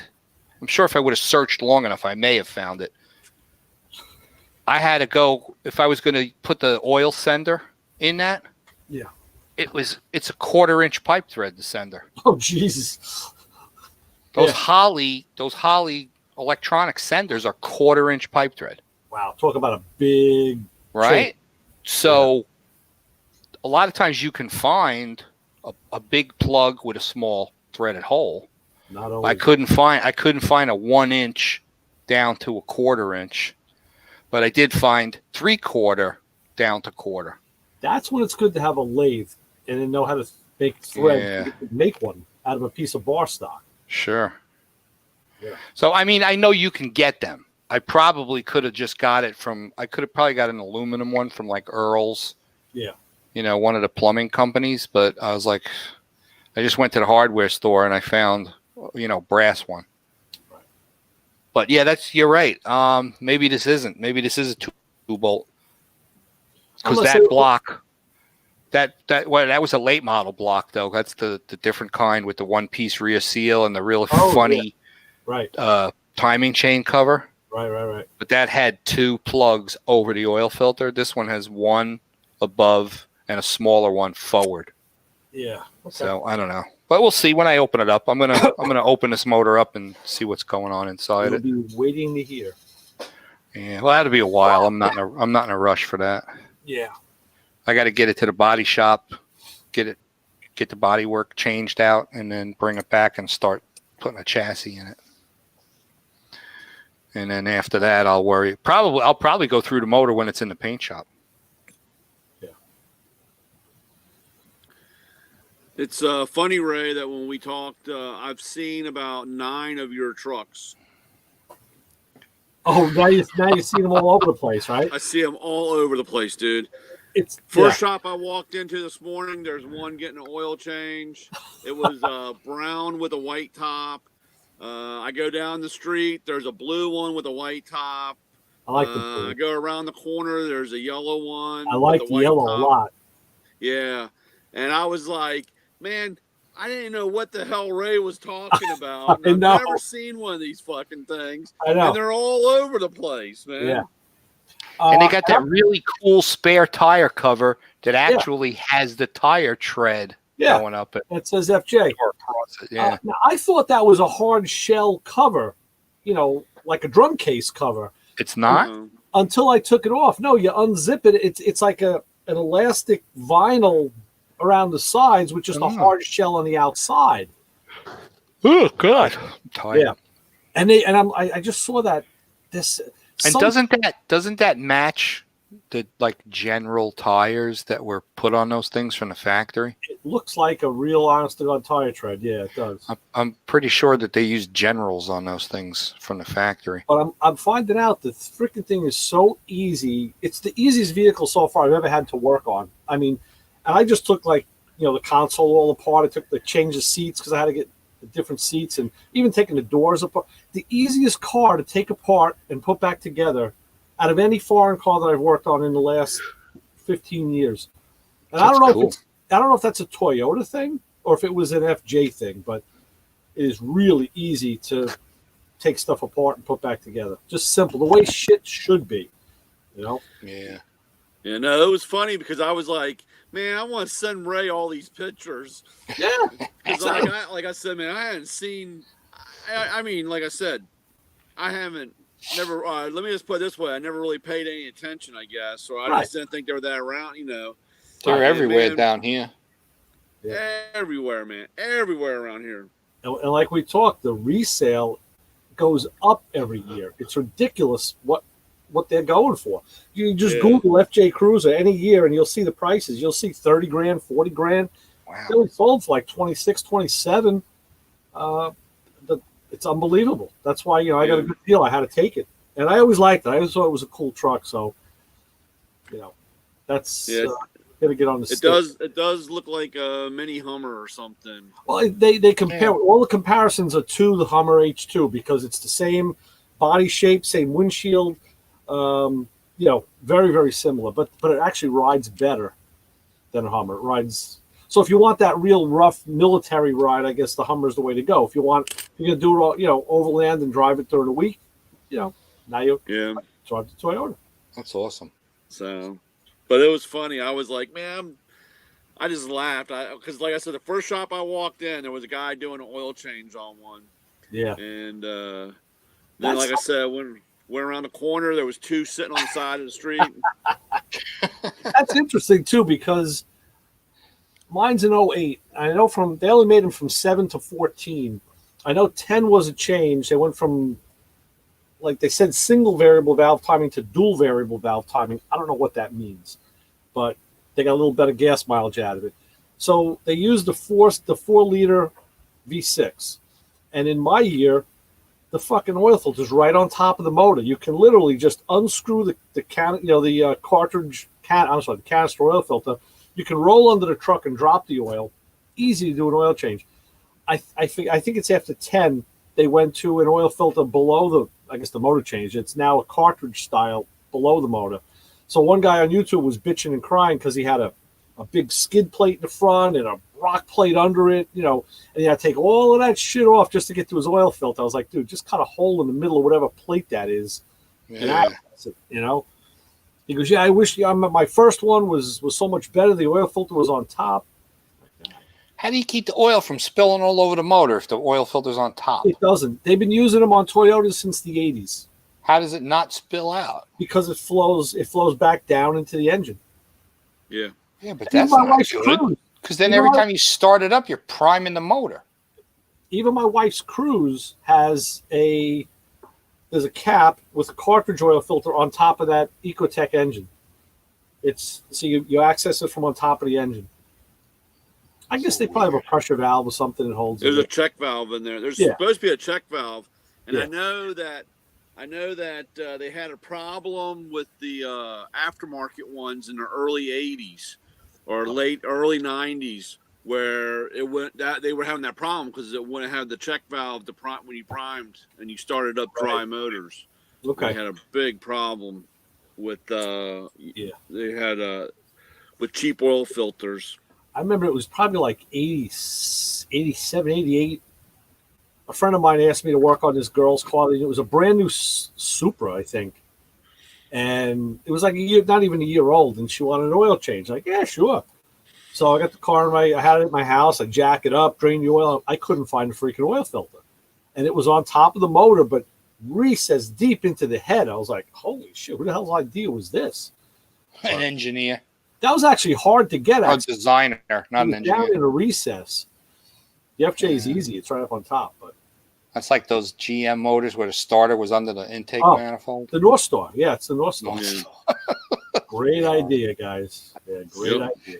Oh, check it out. Today, I'm going down to Fort Myers.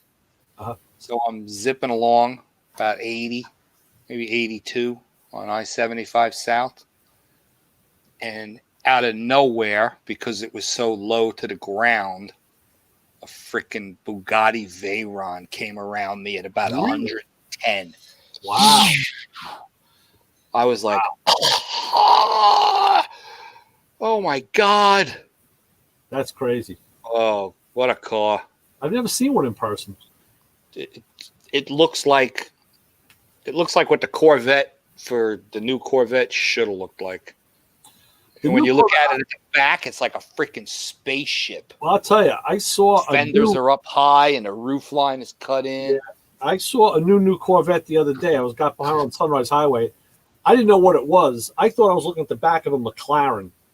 I'm like, that looks like a freaking F1 car. And then when I got around it, I could see the car. I'm like, that's the new Corvette. Holy shit, man. That really looks like a McLaren. They do. It's real simple. You can tell it was a new Corvette because it's got the Camaro taillights in it. Can't even make new taillights. I mean, Jesus Christ. We'll take they kind of copied the Camaro taillights on that one. That's weird. Yeah. Speaking of Camaros, I don't know what's going on with the county, and I'm assuming it's all Hillsborough. Maybe they were state. I-4, which is big east-west highway, starts in Tampa at I-275. 275 goes up north, south. So I jump on I-4 because I got to go back out to the shop. Every mile, there were cops pulling people over for speeding. Really? But they're not driving cop cars anymore down here. They were driving Dodge pickups, Ford pickups, Wow. SUVs, Chevy SUVs, and Ford SUVs. Not done. Brand new Mustangs, brand new Camaros, Dodge Challengers, and Dodge Chargers. They're getting serious. The only ones that you could tell were cop ones were the SUVs and the Chargers, because the Chargers are either black or silver. Yeah. The Camaros, bright blue, yellow, green. Mustangs, red Mustangs, blue Mustangs, black Mustangs, and they all have these multi-LED strips under the rocker panels that flash blue and red. They all got absolutely limo tint black windows, and they were pulling people over every mile. There was 5 or 6 of them writing tickets. They must have wrote $500,000 worth of speeders yesterday on I-4. I wonder, up It was here, what insane. they use confiscated vehicles, and they just. That's what I was thinking they were doing.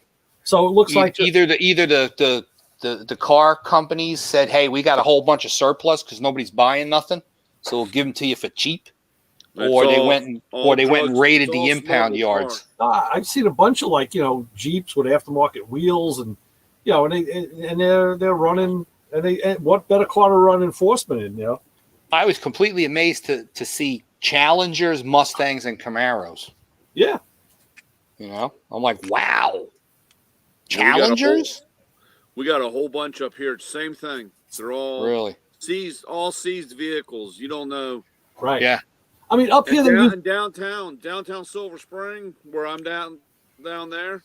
I mean, it is we're talking like the biggest pile of shit Honda Accord or a Camry, anything. You would never know. You sitting right next, because I'm sitting up high in the tool truck. I'm looking down, and you can see the guy. It's a cop car, and it's a pile of shit rust bucket. They're all over the place. I mean, up here they even use minivans. It's like the most nondescript vehicle on the road, and they'll just run enforcement with it. I was amazed because I haven't seen Camaro cop cars since the 80s. Yeah, since the 80s when they were using third-gen cars. Actually, early 90s. With the sawed-off shotguns. Right, yeah. I actually have one of those shotguns. I have a riot gun. Yeah. Winchester. I've seen a couple of Mustangs through the years, state troopers running in Mustangs, but this was all stuff. These cars were all within a year old. Yeah. And they were shiny. Yeah. They had aftermarket wheels. I mean, these were definitely seized vehicles. And I'm like, well, good for them. All that drug money. Yeah, my buddy's an undercover guy, and he says they have warehouses just filled with cars in them. Yeah. Just cars after cars after cars, all this stuff. And he said half the time when they seize a car like that, that person never comes anywhere near that thing again. I mean, when this stuff is taken, nobody goes back after that stuff. Just look, it's just the cost of doing business. Sure. Yep. And of course, like I said, you don't want to get caught. Right. No. They took it. Plus, the cool thing is, down here in Florida, they seize all these drug runner boats. Oh yeah. And they use those. Yeah, right. When I'm out on the boat, when I'm out on the boat with Barb, we always see the bay constable driving, running around in the bay in a cigarette. With 400 horse outboards on the back, hey, and it'll say right on it, Hillsborough County Sheriff. If someone else was paying, good for you. If someone else was paying for the fuel, you'd be cruising that thing too. Yeah. I'm like, that's the awesomest job ever. It's great. But if you want to run down guys with similar equipment, you got to have something that'll run. Yeah. Well, it was weird. A couple of months ago, we were out on the boat. And out of the corner of my eye, I see something bobbing. Yeah. So I slow down and we pull up, and it was one of those blue plastic 55-gallon drums. Oh, yeah. And there was something in it. And it was tilted. It wouldn't sink, so there was air in it. Right. But I tried moving it, and it had weight. It was heavy. I brought it, to the back of the boat. So we're right there in the bay. You got great cell reception. So I dialed the dispatch office for the Coast Guard, and I told them, I gave them the GPS coordinates of where we were. Told them that there's this blue 55-gallon drum. I said it could be loaded with water. Who the heck knows? But it's heavy. I can't pull it up on the boat. He's like, yeah, not a problem. We'll send the county out there. He's like, you could leave. As long as we got the GPS, we'll be good. Like 5 minutes later, this freaking cigarette comes flying by us. Pulled over. I don't know. They brought that thing up on the swim platform. I don't know what the hell was in it, but it was pretty wild. Bob's like, maybe it's like a dead body in there or something. I'm like, well, I ain't opening it up. I don't want to know, because it had that metal band clamp on it. Yeah, yeah. So I could have, if I would have flipped it, I could have popped the top, but I wasn't going to do that. Yeah. So, yeah, they got some really good go fast boats out here, and I'm sure they got tons of them, like Miami and the Keys out there, But the Coast Guard and the county, they got good stuff. Yeah. God bless them. Let them have it, man. I don't care if they're out there in Ferraris chasing you down. Yeah. Let them have it. Guys put their lives on the line every day. You never know. Especially these days. You pull somebody over for a speeding. You don't know what the hell that dude's going to do. Yeah. Nuts. Yeah. So what's the one on the truck, Brian? Anything good? I haven't seen any good Natco videos this week. I'm trying to remember what I put. Yeah. No, we had I tell you, the next 5 to 6 weeks are going to be kind of tough. It's a tough time part of the year between Thanksgiving and Christmas and trying to get going. But we got a buy one get one die grinder set. You buy a right angle die grinder and get a straight one.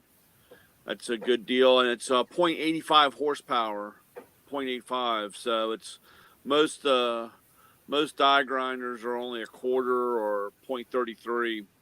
So this one has some balls and does some cutting. Some of the guys I know would need a freaking regulator on that thing, because I've seen guys take a die grinder for the first time and they're freaking going.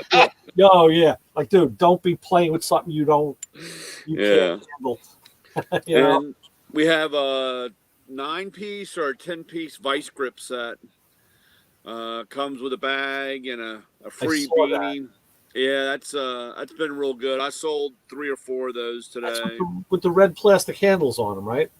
Well, no, it's green. Oh, green. Okay. Yeah, they have a color. Yeah.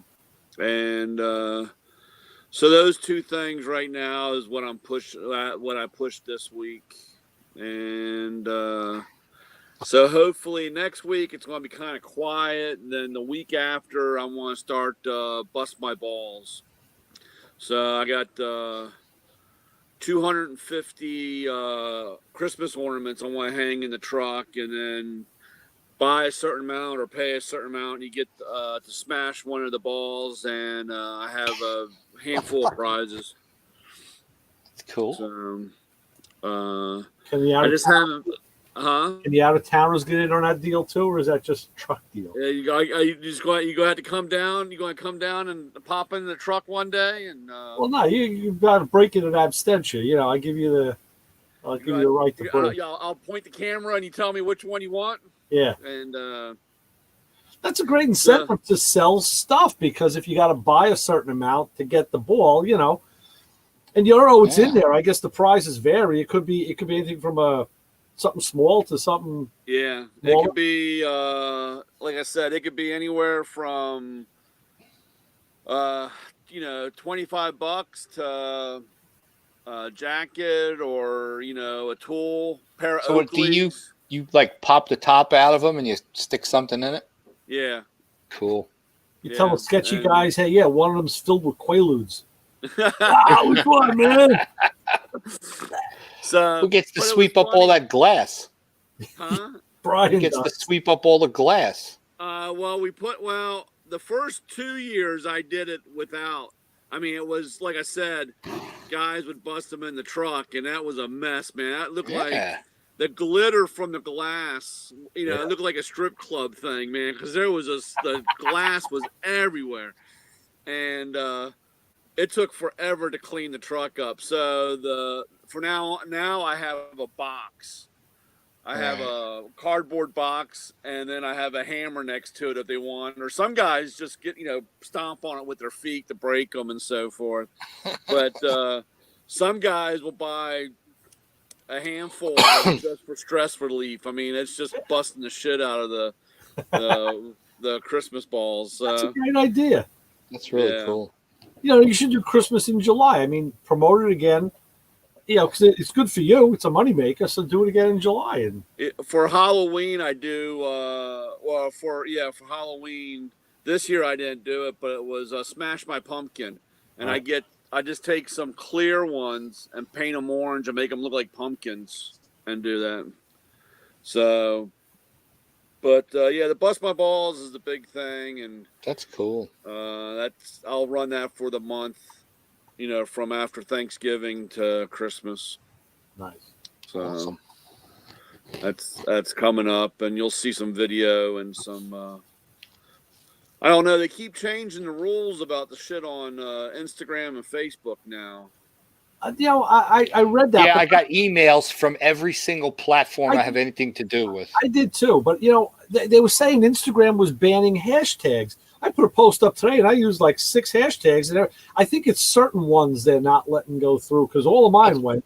It's pretty funny that all of a sudden this stuff showed up literally like 24 hours after those 2 assholes got called into the Congress. Yeah. All of a sudden, I got YouTube. I got all of this crap. Terms of service changing. Right. Yeah. So. No, and like I said, because I know a couple of guys. They did a lot of, raffling type stuff on the trucks, and I know a lot of guys said that they had their videos pulled because it was a form of gambling or whatever. All of a sudden. Oh, really? Yeah. So I don't know. Like I said, so who knows what's going to happen? I think it's all that stuff is kind of crazy because. You never know. You never know the rules. You know what I'm saying? Seem to. No, not if you're the one following them. Yeah, and then like I said, they tell you one thing about hashtags, and you could put it on, but if I try, they tell me I'm some kind of copyright thing or something. So yeah.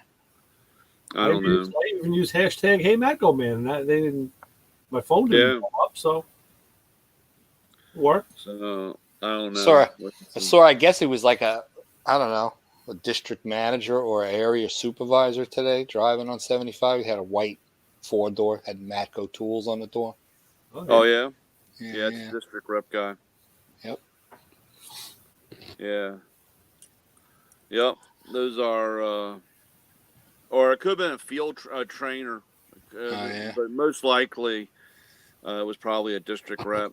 So now Matco is indirectly helping to sell paint pens because I showed my daughter how I did that mug, and she was, "How did you paint this?" So I showed her the paint mark. She was, "Oh, I got to get some of these." I'm like, "Yeah, they're really fine." Because she does a lot of craft stuff. She's like, "Oh," I'm like, "Oh, good. I'm showing you something for a change. Nice." Yeah, I saw your post. That looked good. Yeah. Good. Yeah. I was waiting on that one. I just, sometimes I just been dragging my heels on shit. I just been, But I know. Shit. Got inspired. Yeah. Yep. I'm the same way. 1 minute, or I have a whole bunch of stuff already set up, and I can just let it go. Release it all, and then, like you said, you're like, "Well, shit, I should have been more controlling." Instead of shooting them all off at one time and spread it out or whatever. Either way, I mean, my thing is like I want to make sure I have all the pictures first, and I'm lazy, so it's like just sometimes I just to get something set up and get the background right and the lighting, because I'm pretty particular with shit like that. Down a lot, So. Yeah, no, it's true. Or half the time for me is I'll take one picture, or I'll get it all set up, and I'll say, "Oh man, I should have done this instead." Yeah. And then it's like, you're resetting, getting things all set up again. And I'm real bad. I should just leave it alone and just keep rolling. Yeah. So Yeah. that's the problem with the hot rod. I do something on the Mustang and get about halfway through and say, I should have done this instead, and then Yeah. I start ripping it all That's back. what hot rodding's all about. Never finished. Yeah, I know that, but I hate that. That drives me absolutely crazy. Worst thing is if you buy, like, and we've all done it, you buy parts when you have the money and you don't get to doing the work till years later.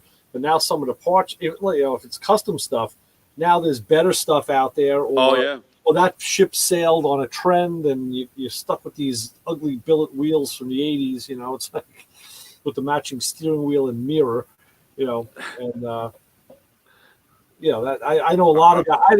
That never happened to me because I'm more of a classic purist, but I know a lot of guys that did happen to.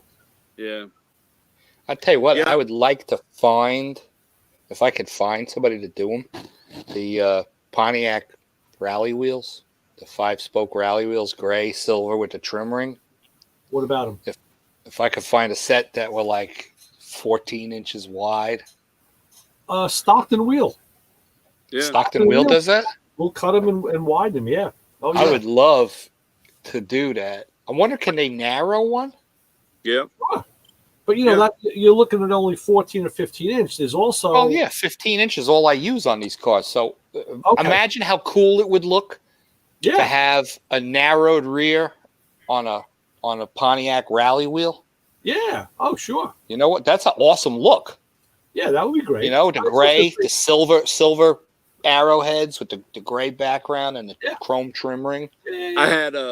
I had a buddy that Stockton had wheel, huh? Yeah. I gotta look that up, man. I might invest the money on doing having a set narrowed. Look to see if there's just any wheel company near you, and if they're set up to do it, why send them out to California? I don't know. Yeah, I don't know anybody that does that here, but I never really looked it up. But it would be nice to take a fifth. What is it, like a 15.6 or something like that? I don't know what sizes they came in. Have it narrowed down to like a 5. I think the GTO might have had maybe it was 7.5. Yeah. I'd like to be able to take the fronts down to like a 4 or a 5. Right. And then widen the backs to like a 14-inch wide or 15-inch wide wheel. I think that would be just so crazy looking. Just cut the front of the wheel off and weld it to the can of another wheel that was that big. I mean, they could do that. The only problem I'm thinking now, see those trim rings? They only fit a certain amount. They only go in so far, right? Yeah. But they sell different trim rings. Yeah, but not 14 inches. Yeah, but I would need something super deep. Not 14. Yeah, well, yeah. See, the other way to get around it would be to put a larger rear in the car. You know what I'm saying? So from the center line out stays the same as stock, so the trim ring fits, and you just drag the barrel in over the housing. Right. But I would have to have a completely separate rear end to accomplish that. Yeah. I had a buddy that had a 69 Mach 1. Yeah. And he had the Magnum 500 to cut that way. Nice. And he had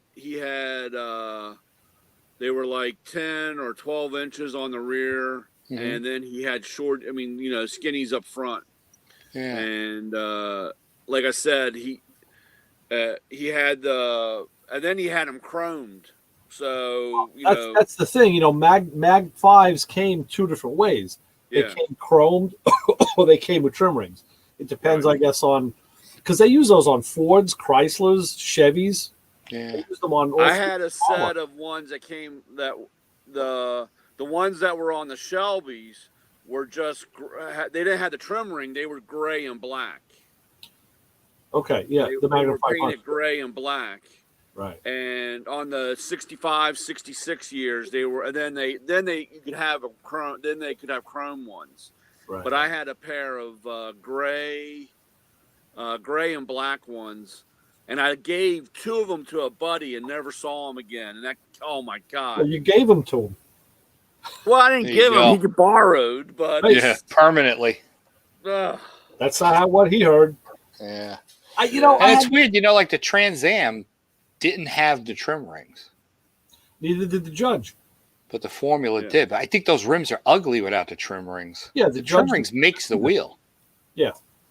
You know, but I period love- I correct had is no both. trim I ring. had with and without trim rings. I loved them Yeah. without. Really? Yeah. Well, I was on a Magnum 500. Magnum which is 500. Well, very the similar. on a Magnum, yeah, you can get away with it. But So I on like the Chrome Magnum 500. the Pontiac Rally 2 wheel, I think it doesn't look. It just looks like somebody stole the trim rings off them. Yeah. If you don't use them. See, now a Corvette wheel looks okay without the trim rims. I thought. Yeah. That's a Yeah. different wheel. That looks like a Yeah, Rally that's good. 1, 'Cause it's got that nice center cap, with Yeah. the edges on it. like a sombrero. Yeah. I'm gonna look into that. That may be something cool to do on this car. Yeah, that's a nice touch. It had Rally 2 wheels on it when I bought it. Sure, that's a nice touch. It had the center caps, the red PMD center caps. Right, and they made them with an arrowhead in the center also. Yeah. I stole a set of those off a Have a guy's couple car. of each. I was a bad kid. Oh, listen, I don't want to tell you how many hood ornaments we used to collect hood ornaments and badges like nothing else to do. So caddies, always caddies. Yeah. Unreal. Uh, Well, I'm gonna hit the road. yeah, me too. Yep. I got a bunch Gotta of get ready for stuff to do tomorrow. Friday. My mother Get was ready to working run those tomorrow, credit so cards. We're doing There that. you go. Okay. All right, All right, boys. guys. All right, you guys take it easy. Be safe. Watch out. Yes, sir. All right. Oh yeah. Watch out for that COVID. Yeah, Don't stay out after 10 o'clock. I know. Be careful. 10:01, the COVID flies in like some sort of weird spirit. Yeah. And make sure that you're at least 6 foot 1 inch away. Yeah, exactly. Because if you're 5'11", you're gonna get the COVID. It's unbelievable. Yeah. Wear a mask. Don't wear a mask. Right. That's the I'm kind of pissed off at all of these politicians and these doctors.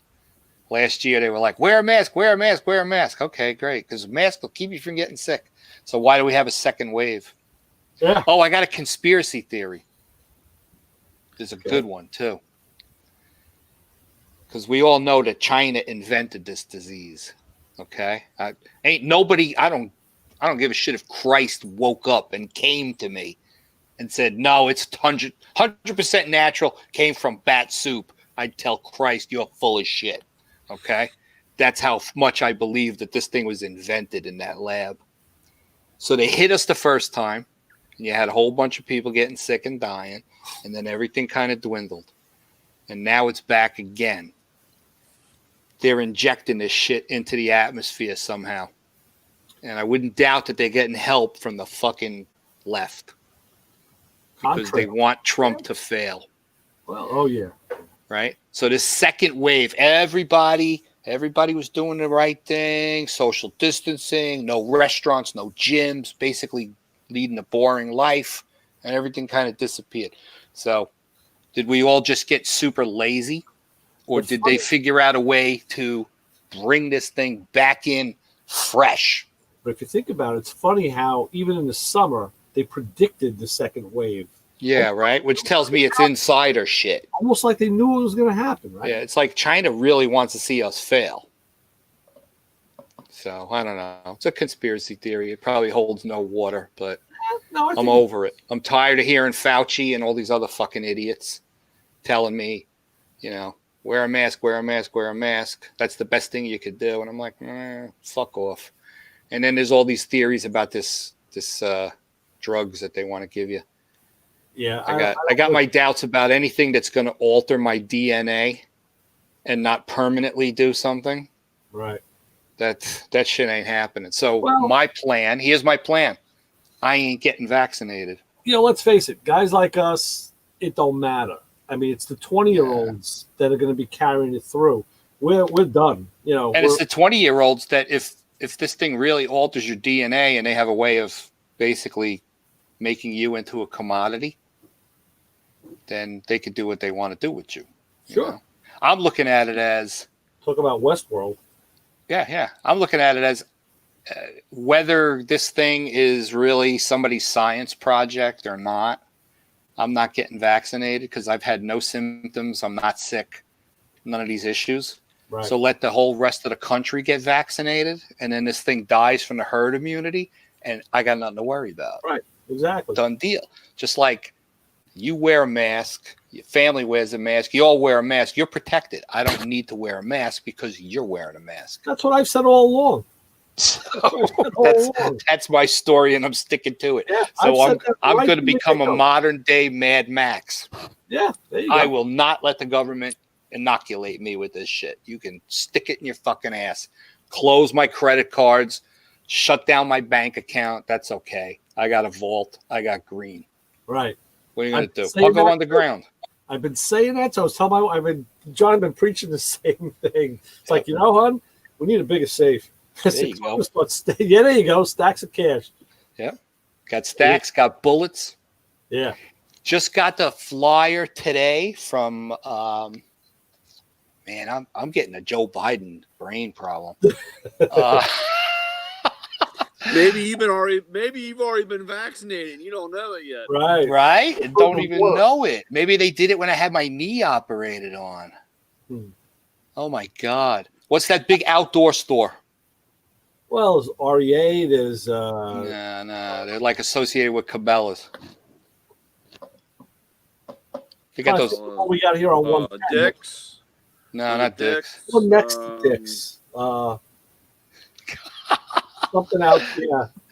What the hell's the name of that big outdoor store? They got all the hunting rifles. They got everything. Herman's. Not Herman's. Oh my God. Anyway, right there on the front page, on sale for the next 2 weeks, $99. Sig Sauer, red LED laser, red laser for your 9mm gun. Nice. Yeah, I'm gonna go buy that tomorrow. Is it on a trigger mat? Does it go on like the trigger guard, or does it go under the barrel? Goes under the barrel. Because then you may need a different holster too if you're going to carry. Yeah, they're not clear. I just like the idea of being able to put a red dot on somebody's head. Yeah. No, I'm not worried about all that. Blind them in the eye first, and then put it in the middle of their head. Poof. See, just Yeah. Hollows. That's all I got, dude. Yeah. I got lots of them. Me too. And I got the ones with the serrated edges. I do too. So actually, when they hit, they crush and they open up and they shoot a guy in his stomach and it just blows his spleen right out of his back. The cop killers. Yeah. Black Talons. I got a set of those in my 44 Magnum. There you go. Take that a freaking elephant. Yep. I want to cause massive flesh destruction if I'm going to pull the trigger. Boring machine, just eating. Well, they show you eating through the rock. Imagine that like 1,300 feet per second. I was looking at some bullets. I saw one. There's a company that's making them that have. There's a stack of tips one on top of another in the shell. Really? So when the thing releases and they're held together with like the thinnest thread of brass. So when they make that first impact, they just go and it like takes you out multiple places. Once it hits, it spreads through the body and it just they exit. Yeah, it's like a cluster bomb. Yeah, they exit in all different spots. That's one shot. That's a one-shot bullet. Yeah. Take out your assailant in one hit. Cool. I like that stuff. I love guys that invent that stuff. Yeah. That's great. Hey, with the way this country's going and the way the world's going, you're going to be needing that kind of stuff. It's going to be the wild, wild west. Yeah, I was upset because on Thursdays there was a gun shop by one of my shops, and they closed. They actually closed up. They moved. Oh, they moved. So yeah, they moved. So because every Thursday ever since the pandemic, every Thursday I'd buy 2 to 3 boxes of ammo. Yeah. I told everybody, don't worry about toilet paper, buy bullets. Yeah. Yep. My friend posted a picture of a short garden hose on a Y attached to the toilet bowl. With a I like spray nozzle. John's got right there about the hockey stick, man. I would take somebody out with a hockey stick, man. So he's like, "Who needs toilet paper?" Just pull a trigger. All right. I was like, "Oh my god, you got to be kidding me!" I told him, "I said, why don't you just buy one of them toilet bowls from Toto? Yeah. It's got that little wand inside it. You know, cleans your piss and your butt." A bidet. Yeah. Yeah. And, you know, my sister-in-laws, both of them from Florida, are up now for the mother's funeral. But this one sister-in-law, her and my brother-in-law, they spare no expense. They got money and they like to spend it on themselves.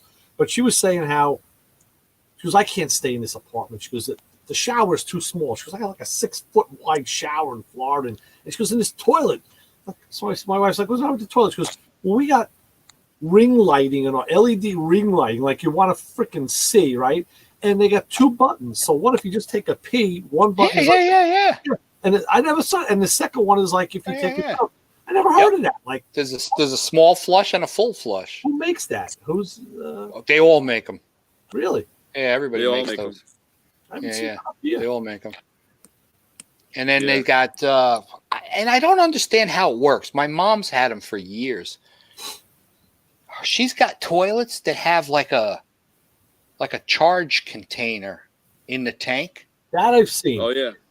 Mm-hmm. And I'm like, how does that work? Like you flush the toilet, it's like a turbo making 60 psi a boost.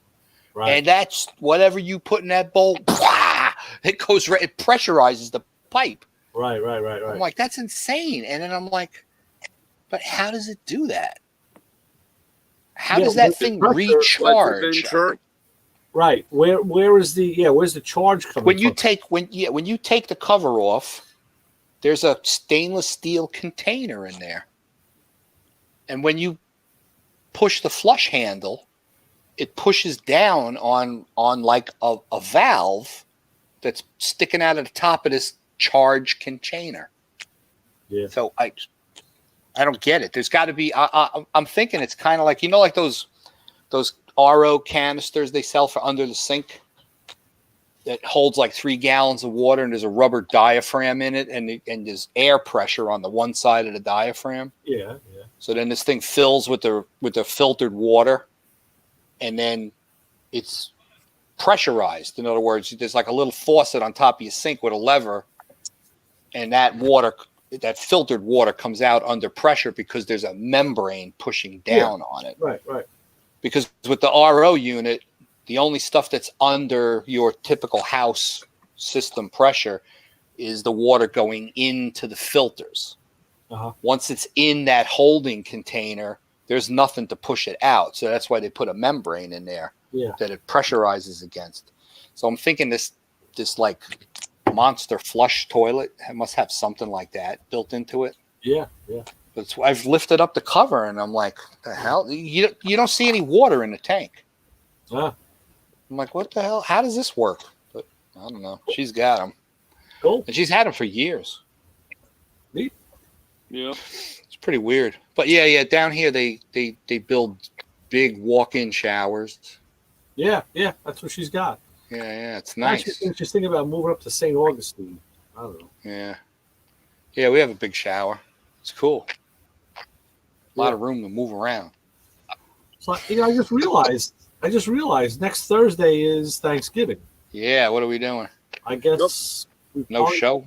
Probably won't be here next Thursday. Yeah, Lewis didn't even think of that. I'll have to remind him. Oh, no. He'll have a guest and everything will work fine. Just nobody will be there. There'll be nobody here, right? No audience. That's always the way it works. Well, I got nobody coming over, so I can be around. Yeah.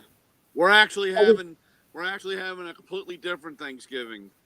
Oh yeah. We're just having my mom over, and we're having Chinese. Oh, Cool. Okay. Had Chinese the other night. It was great. Jewish Christmas.